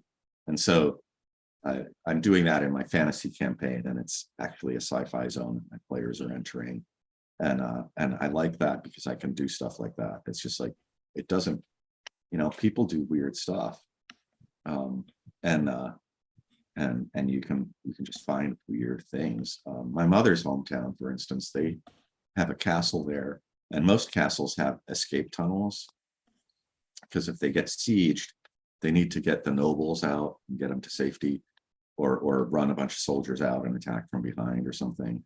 And so it's kind of rumored. I know people who have been through some of the tunnels, but they're so old because they're from like 1200 or something that a lot of them are collapsed or collapsing or full of water. But yeah, it's another place that's just like, you know, if you can find the tunnels, they probably go everywhere in the town and come up in all these different buildings. They were doing a construction job, and a building had collapsed, and they were going to put another building where that building had burned down and collapsed. And when they were digging, they found one of these tunnels that came from the castle, and it was like, you know, like a mile away from the castle or something. So the idea of tunnels, I mean, I think it's I think that it is something inherent in a curiosity about wanting to explore these underground places. We have some of them. Well, here, not here, but in Sintra, there's a historic village here near our place. So there's a lot of not just palaces, but big houses, and it's in the middle of hills. So a lot of the houses have escape tunnels. Yeah, in case they thing. could. And there's a house, well, you've seen that I like to explore abandoned buildings. So there's a house that I've been like 2 times, and it does have an escape, but I didn't went there because it has some water, and my friends were like, no, we're not going to go into the dark, scary tunnel that ends nowhere. And probably junkies who live down there and don't want it to. No, probably. No, probably not, because the house is huge. So the junkies are you have Antifa signs and things like that on everywhere in the house. So they're probably not going to go in the watery tunnels. Probably they would have rats and bats and stuff like that. That is like the yeah, or the meth goblins. But it's really good. So where is it going? Yeah. No, it's funny. I have the same fascination. My friend and I used to go and explore abandoned buildings, and out here in Denver, we found this giant building. And it was like some big industrial thing. And we went exploring it, and it had been used. At some point, somebody rented it and ran a haunted house for Halloween in there. And then they just left everything there. So it was like, you know, you're exploring this building. It has no windows because of what it was. And so it's just dark, and you've got flashlights. And then you get to these places where these giant paper mache monsters are just sitting there and just rotting away in the darkness. And then they had built like, it was a haunted house. So they built like a plywood floor that when you would get to the apex, it would flip to scare people, you know? So there was one point where we're like going through this floor is like doing this, and we get to the middle of it, and suddenly the floor goes, that scared the hell out of us. And then industrial bands would hold shows there in the basement, and there was no electricity. So they would run all the instruments off of gas generators. And so you'd be in a fog of gasoline exhaust, and people were getting all high off of the exhaust and sick afterwards. We found somebody was doing something in there, and they had a room, and it had all the maps. And I happened to find a map, and I have a blueprint of this. What it turned out is a giant slaughterhouse where they would butcher animals, and like it was built like, I think in over 100 years ago. But no, I understand that, you like going into weird unknown places. It's just interesting. I think, I posted some in my blog. I was talking about dungeons, and when I was visiting Italy the last time we went over to Slovenia, and there's some just natural caves that you can visit there. And there's just I love being underground. It's just the coolest thing. It's a different, it feels different. It changes your awareness, I don't know. You know, because you like Yeah, to go to no, I weird like it. unknown Yes, I places. like going to, yeah, and I like, yeah, and I used to have actually when I was a kid, or I used to dream about houses that I was exploring houses, and they never ended. And they were really weird, and I still have those dreams now and then, but a lot less. I love those dreams. They were so much fun. You should just do a module like that and just do like a giant, like a house that, Yeah, I have that an when you go in, idea the that. maps go like it's Yeah, bigger I on the have a lot inside of than the ideas, but outside. one of the idea is based on that house that I went like 2 times, that palace, because it's very strange itself because it was built in the 800s, but then it changed because the room doesn't make a lot of sense. So I'm thinking about writing something in that house, but like in 3 different times when it was built, Yeah, so it could be different and people could pass from one time zone to the other. right, right. I That I was, just don't have the patience. There's a lot of dedication to write, a proper dungeon. So yeah. I'm doing it. Well, that's the whole thing of like, if you look at the old, I don't know if you've ever seen like all the old Judges Guild materials. If you can get a copy of Teagle Manor, is a giant mansion scenario. It was like one of the first dungeons ever published. But it's just really a mansion, and it's just this massive, and it has all the descriptions in there for the rooms are pretty brief. Like, But the that you idea that see the house that changed, that's also good. So if I use that, I'm going to say that it was inspired by you. That Oh, you gave me Stolen, the well, no, idea. it's nice. No, it stolen from comes No, from him. your no, it was dream. stolen. Yeah. No, It but comes you from your told me, dream. that I could turn it into adventure. Another thing that I used to dream about was, and this was because underground, was that I was in the subway. And I love when there's films where people go in the subway. Yeah. I just love that. I would love to go walk around in the subway lines with no subway working, of course. I also like subways. I don't like very enclosed spaces like tunnels because I'm claustrophobic. But the subway is different. Yeah. It's larger, so there's no problem. I like the subway. Have you ever been to Venice? Not yet. Okay. It's in my bucket If you list. go to the main, one of the things that everybody does, and you get huge lines to go in, is that you can go through the Ponte di, what is it? The Ponte di Sospiri or whatever, the Bridge of Sighs, which is the bridge that led between the Doge's palace, where the administration of the empire was being done, into where the prisons were and where the actual dungeons where they kept prisoners were. And that's incredibly disappointing because you go in and you think you're going to get this special tour and you pay your like whatever, however many euros to do it. You walk over the bridge, there's all these people there, they rush you over the bridge. And then you get into this hallway and you see like one or two little cells where people were kept prisoner before they were being brought to the courts. But you don't get to actually Yeah, there's a explore thing the that is very dungeon. disappointing. There's a thing Yeah. that we were supposed to go to Florence before Oh, COVID. So it was the year when COVID started. We had a trip booked to Florence, and now it was postponed. But one of the things that I wanted to do is that I discovered. So there is, I don't remember the name of the museum, but there is a museum that has a tunnel that goes through Ponte Vecchia, because when you have all okay. the shops, but there's actually a museum that has a tunnel that goes over the bridge, and there's a Oh, special wow. that you need to pay to take that tour. But it was closed at the time, but it was about to reopen, and I was like, yeah, I Right. want to do that. You can just go. Right. I don't remember if it's down or up, but you go up the bridge. A couple of comments here. Yeah. The T-shirt historian says Tegel Manor has been republished in a giant book format by Frog God Games. Yeah, And yeah, the yeah. origin is available from Goodman. But you can get a PDF of it too, Yeah. I mean, like if And- you were to order from Frog God, you're going to spend money for a big book and then you're going to spend all that shipping. But you can There's probably also- get a That is the PDF. thing when I do, when I buy a book, I need to think about the shipping. Yeah, yeah. And I also like just the passerby comments. Do you want to read that one? Yeah. I don't know. This was a bit ago. So fumetti literally means small puffs of smoke, which suggests the speech balloons common to most comic strips. So Italian comics were not sold at cigarette shops. I don't know what is. It's probably something you're talking Fumetti, about. yeah. Somebody's Maybe talking about talk- Fumetti comic books. Yeah. Perhaps I Yeah. don't know. I didn't talk Yeah. about that, but I used to, when I was in Italy years ago, I discovered that they had these Italian comic books that were like sort of semi-pornographic. oh yeah, we And love I that. bought a whole bunch of them. Yeah, the 'cause I was sexy like, fumetti. We wanted to do a book in I hate RPG you. I with want the those books.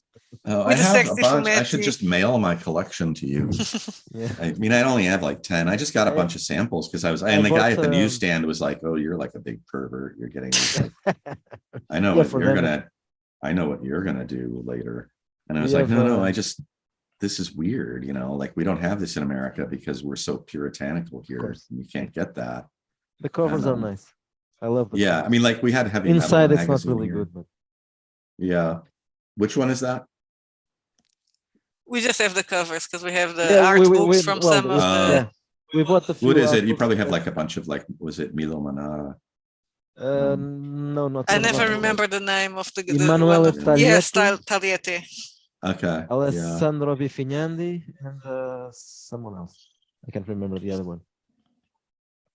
Yeah, I think there's also. I would love to Milan have one of them doing a cover for us, but yeah, we can't afford it. Well, I think I don't know if most of them are dead. Tagliete is still alive, Yeah, they are. Mhm. but yeah, retired, they're too probably. expensive.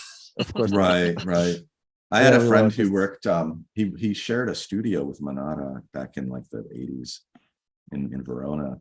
And I was a little kid and, I was about 12 when we went to visit. And he had just a barrel full of all these fumetti just stacked, like, because they were the little fumetti, the little comic books like that, the European style, like little books, And he had just a barrel full of all these Milo Manara books. And they wouldn't let me look at them because I was 12 and they were just full of like the not, Manata.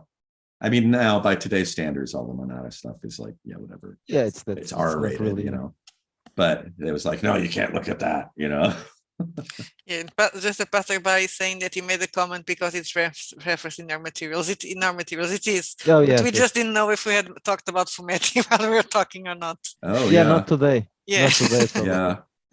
But yeah, we have mentioned that several times. There's one of the scenarios that I used the AI art to recreate a bit of those covers, the style of those covers. Basically, pictures of Ornella Muti, but not naked because I couldn't. I wouldn't want that one to be mature. So. Your microphone is a little distorted. your for me microphone because is- it's so close to your mouth, maybe. So Yeah. I have a little I'm bit of hearing trouble him from the Yeah, we are in I the have same trouble room, understanding so- Miguel, so Oh, wait, maybe I can hear him better. Let me I check I this. talk really loudly when I'm on shows. Like I've trained myself. I just shout it. I don't notice because we are in the same room, so I can hear him anyway. Well, this Yeah. is a new headset, so probably. But I'm we've not been used- rambling.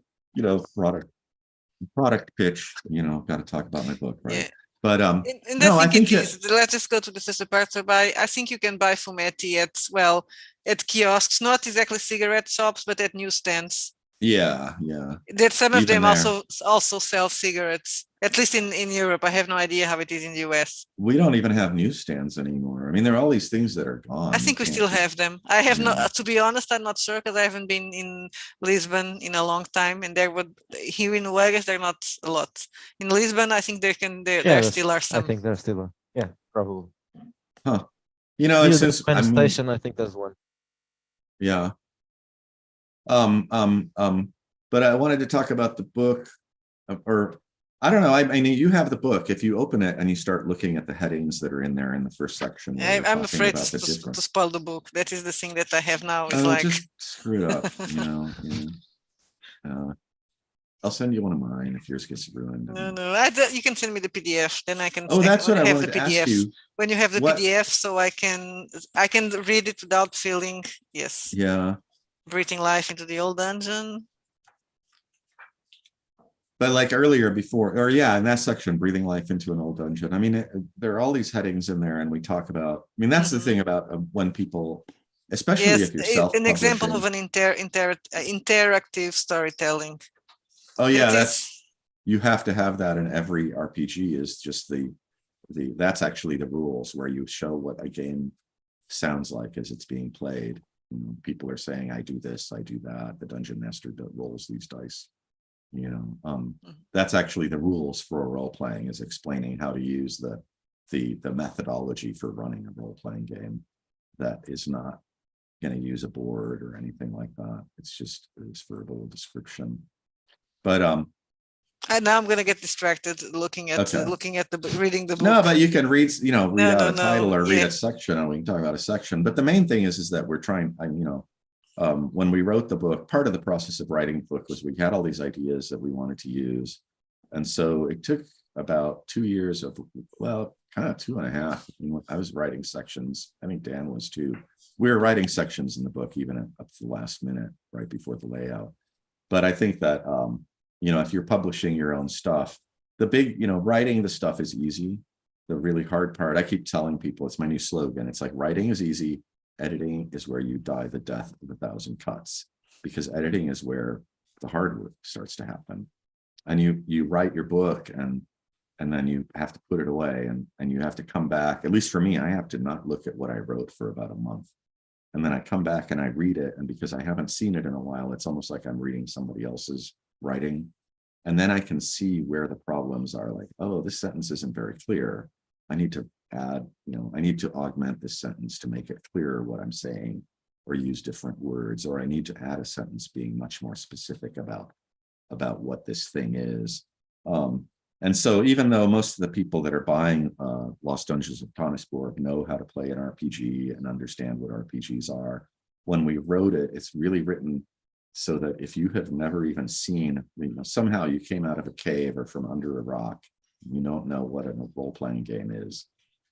Yeah, but now reading some of the sessions, some of the titles that I opened an interesting page. So your characters create themselves interacting with the world and not the character sheets, the dichotomy of rules versus ruling. So at the same time, this is not just a dungeon, right? It's a book about how you should play in the old school method. So we should actually be useful and interesting for the people that are just starting and just know 5e, right? Right. I mean, it's philosophically, it's a whole different approach to playing a role-playing game from what a 5e player has been told is a role-playing game. It is not a video game on paper where you go like, I've got the special power up that allows me to see magic things. It's like, okay, roll your dice to see if you see the magic thing. It is up to the referee to sort of create a barrier between a knowledge barrier and information barrier between the players, that on the one hand, you're giving them information that creates an image in their head of what the space is like and what's here. Maybe you walk into the room and there are little tiny crystals everywhere, and you walk in and your torch is it's just so reflective that it's just bright in there, but at the same time, there's the information the referee doesn't tell them, of like, if you go over here, there's a trap door and you're going to fall through. And you have to do that without being obvious, without. Yeah. And I mean, there's sometimes like one of the things I added into my games is the idea that there are certain like really evil places where the bad people it's sort of, instead of sanctifying a church, you could putrefy your church. And so when the goody two-shoes players come in and they're all hell-bent on killing the bad guys and gathering treasure, I make them all roll a die roll, or they suffer the effects of being in a cursed place. And that's kind of more like the psychological element of like, you reveal the secret, but the point of revealing the secret is that you want to do a psych job, because they're like, oh, crap, we're in a place and everybody that failed their saving roll has a -2 on their die rolls the whole time they're in this place. This is not a good place to be. Yeah, I don't know. I mean, you saw that, the dichotomy of rules versus rulings, that's kind of a big deal. And the idea that the character creates themselves, it's not, and that it happens through playing the character. I think that the whole idea of, like, I see these people that create these characters and they're doing this game. They're not playing, they're playing the game by themselves. It's, it's really a very narcissistic and kind of masturbatory sort of thing to do this elaborate character, and then you're supposed to bring it in the world, and it's up to the dungeon master or referee to incorporate everything you wrote into their world. Some games in the 90s, like, I don't know, I'm going to say Vampire and stuff like that. Yeah, that probably that came with the backstory. Yeah, that kind of because if you're a vampire, I remember that.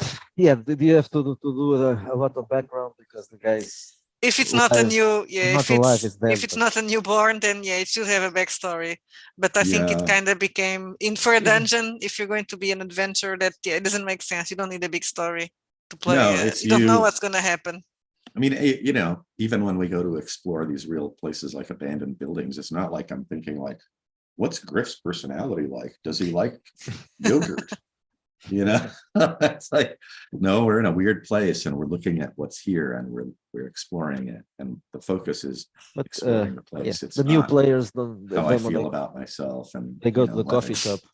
Yeah. So, yeah, Which in the there's coffee nothing shop, wrong with going. You can go well. You shouldn't go to the coffee shop. You should go to a tavern, a sleazy tavern. Yeah, but that's Yeah. that doesn't. They don't Yeah. go to sleazy taverns. That's offensive. yeah. Ooh, who's that? That's Ziggy. Ziggy? Ziggy, also known as Kiki. Well, that was his Kiki. his original name. His name was Kiko, but we changed it to Ziggy. But we I had ended a up cat. calling him Kiki. I had a cat named Kiki. I don't think it wasn't this one. Kiki is kind of like a diminutive, like in Italian anyway. It's like Kiko. Yeah, exactly. It's because his name he was named Kiko. That is a diminutive of Francisco. But then we call him. Sometimes we call him Kiki. Kiko Especially, it is should be Kiki. It should be with this. it should be Kiki. Really high. I can't do that. If I do that, I might wet my pants or something. I don't know. No, Kiko means like a seedling, like a little bean or something. in Yeah, here is Italian, and so they it's call that. diminutive of a name. Yeah, Francisco. Okay. Means My mom nothing. used to It's call just me Kiko, Chicho or Kiko. So when you say that, I'm like, oh, yeah. Anyway, we're babbling away. We were going somewhere, and then we lost the thread. Yeah, never it was go. the cat. we never go Yeah. anywhere. No, but I mean, you were looking at those ideas, you know, and there are things you can't use everything in every game session, but if you read through the book and review, you know, just the headers, you'll remember like, oh yeah, that's that thing. You can do that here, or you can do that there, and that was, and then the main thing was just giving you this, because I think that this book applies. You can use what you're learning in that book for any kind of game system, and you can use it for any kind of setting. In order to increase the quality of your game and the things that you can do within your game. Yeah, I mean, it's just, and I do the like whole the design idea, of the dungeons because it's different, but I can't do it like that because Miguel is the one doing our dungeons and he will kill me. I'm not doing any dungeons. No, I'm you're not doing the drawing. maps. You're doing I the hate the maps linear with ones. the yeah. are you using a Yeah, but, software or something? You're using Yeah. a software, yeah.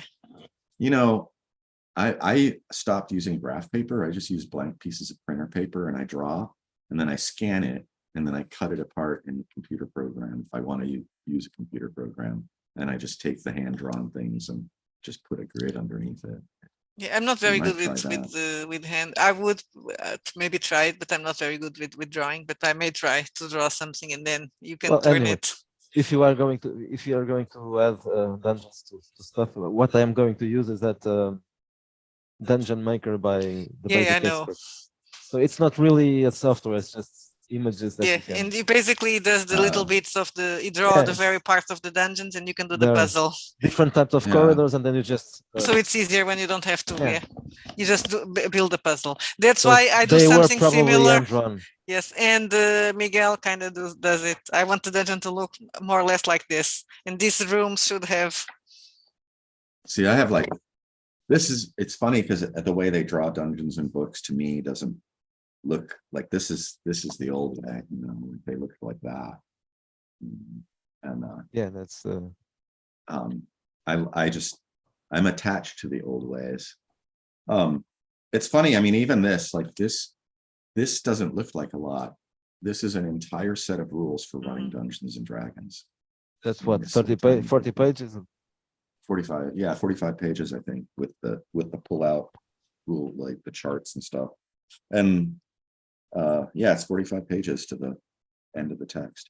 But yeah, I think it's interesting that everybody, you know, you're kind of losing you're losing the by adding more things in and adding too many things in, you're sort of you're diluting the experience of the proper way, but I think it's the proper way of the very minimal sort of, I mean, I use the word storytelling, narrative. It's a narrative condition that you're in that creates the experience. I like the theater of the mind. We don't even use maps that much. We show it Yeah. to the to our players, and sometimes when they want to go into a place that's a dungeon, and I don't have it, I'll just go to, because I didn't plan it, I just go to Google and I just pick a random map and I just roll it, and this is what's going to be there.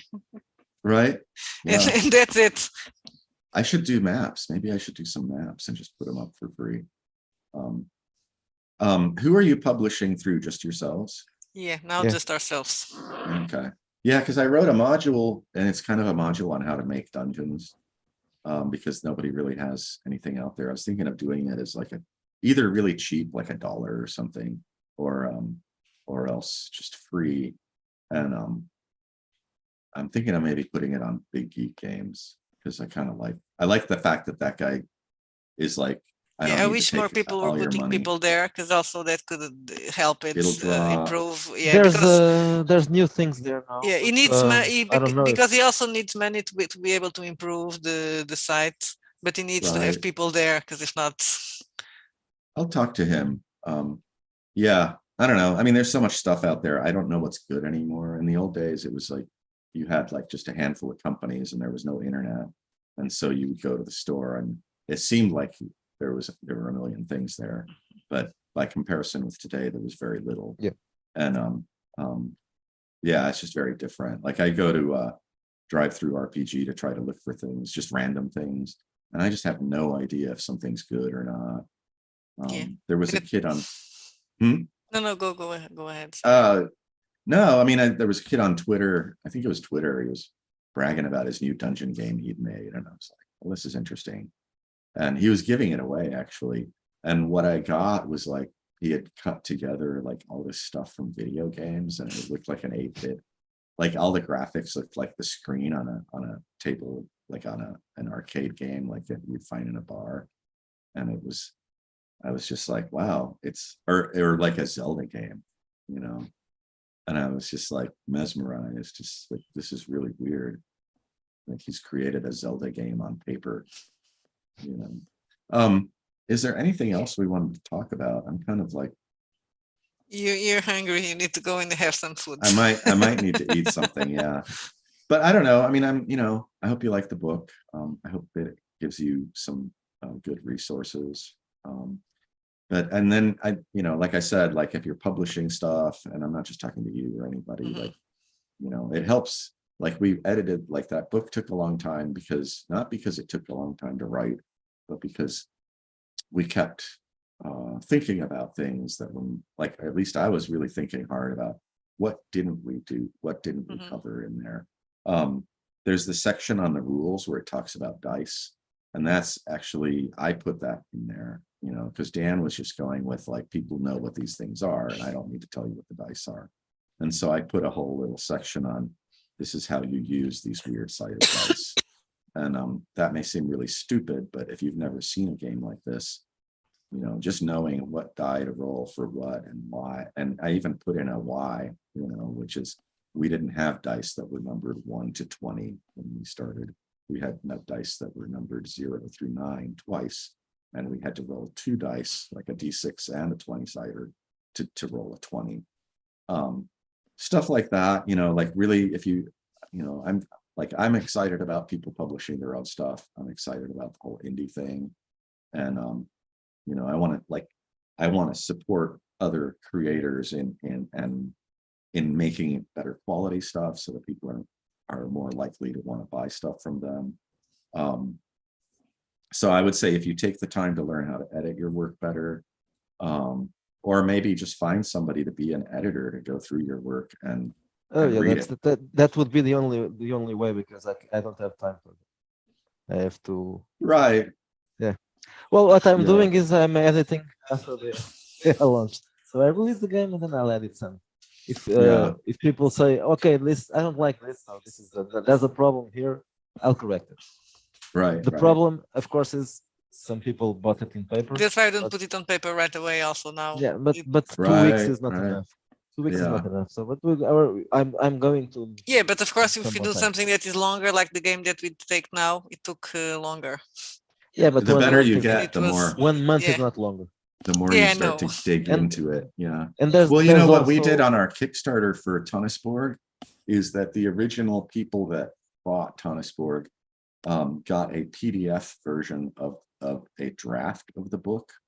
And then they were asked to go through and proofread and find all the problems. And so we got all these responses from people saying, like, you got a period missing here, you misspelled a weird, word here or whatever. You might try that, is just do like a pre-release PDF. And just to the people that like maybe, Yeah, like that if you we've pre-buy done the that, book, we've yeah, done if you that. pre-buy the Something book, you like get the that. pre-release PDF. Yeah, and so you can Yeah, the people who buy the product We get have a couple engaged of with. people that Yeah, do well, that. They don't buy Yeah. it.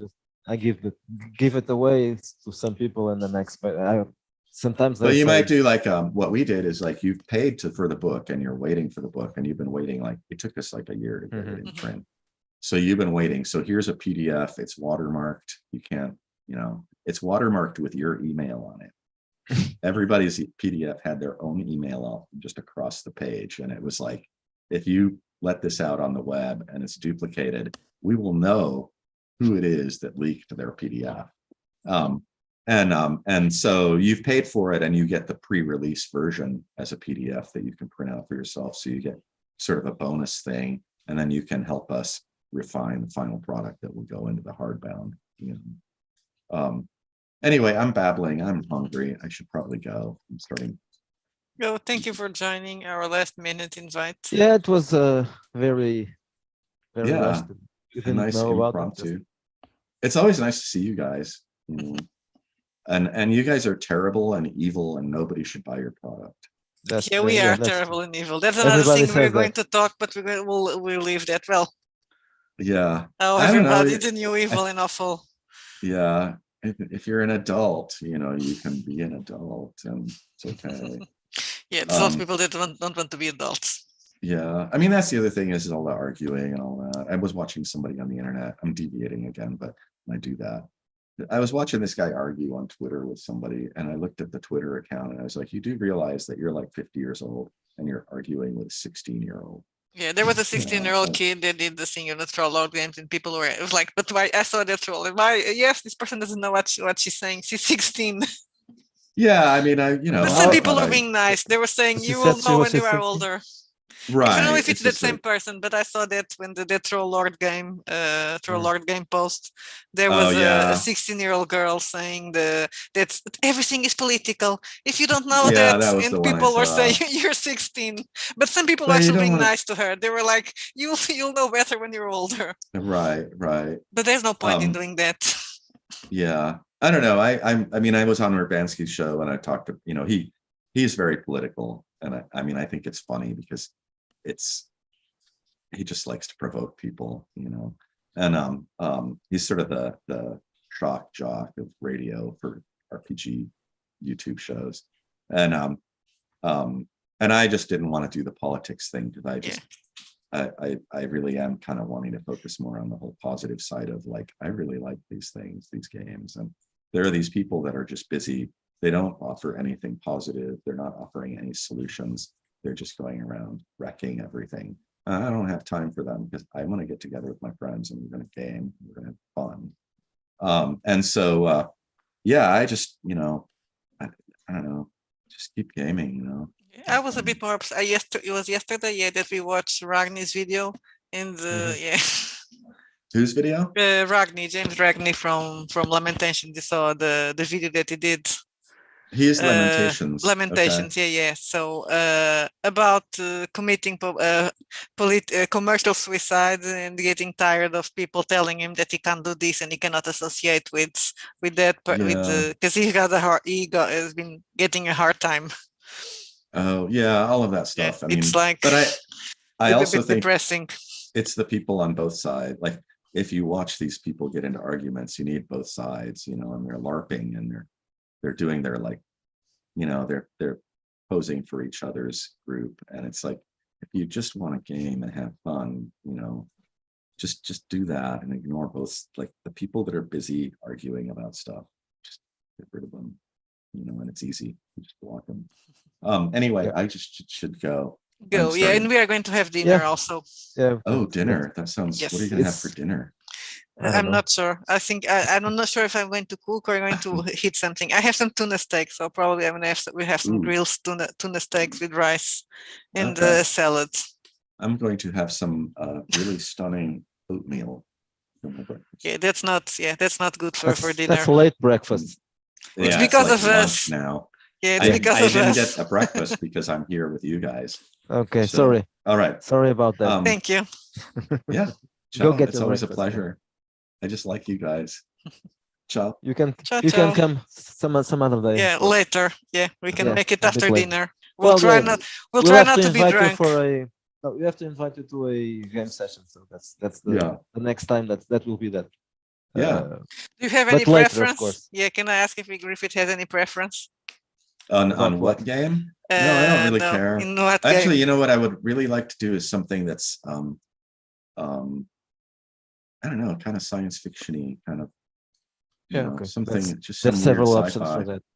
Yeah, because I've played so many fantasy games. It's just like, Yeah, okay, okay. my Yeah, elf we- looks at the treasure chest. What does he see? You Most of know? the times here you don't play fantasy. That's not Good. the problem. I'm kind of burned out on fantasy. That's why Yeah. even my Blackmore fantasy is going sci-fi. That's what I'm going to. I was doing. I was running our Wretched Bastards, our fantasy, and then I was because I'm stuck with being. I was stuck with being the fantasy game master here. Because then I decided, okay, no, I'm going to do something, and I'm going to bring my characters to Schultz. So that's now we stop to play Epoch, but then when I'm back, it's gonna become a space adventure. We just ended the last session of that campaign with them entering a spaceship that they thought it was. It's very cliche. They thought they were in a dungeon and then they entered a spaceship. Right. Now they are somewhere on space. I feel like maybe if I play with you guys, it should be sci-fi, and at some point I expect to be like sort of sexually violated by sex robots or something like that. Just because I know what you guys are like. Okay. It can be arranged. We can arrange that. Okay. Yeah. Great. I'm sick. All right. Ciao, guys. Thank you. Thank you.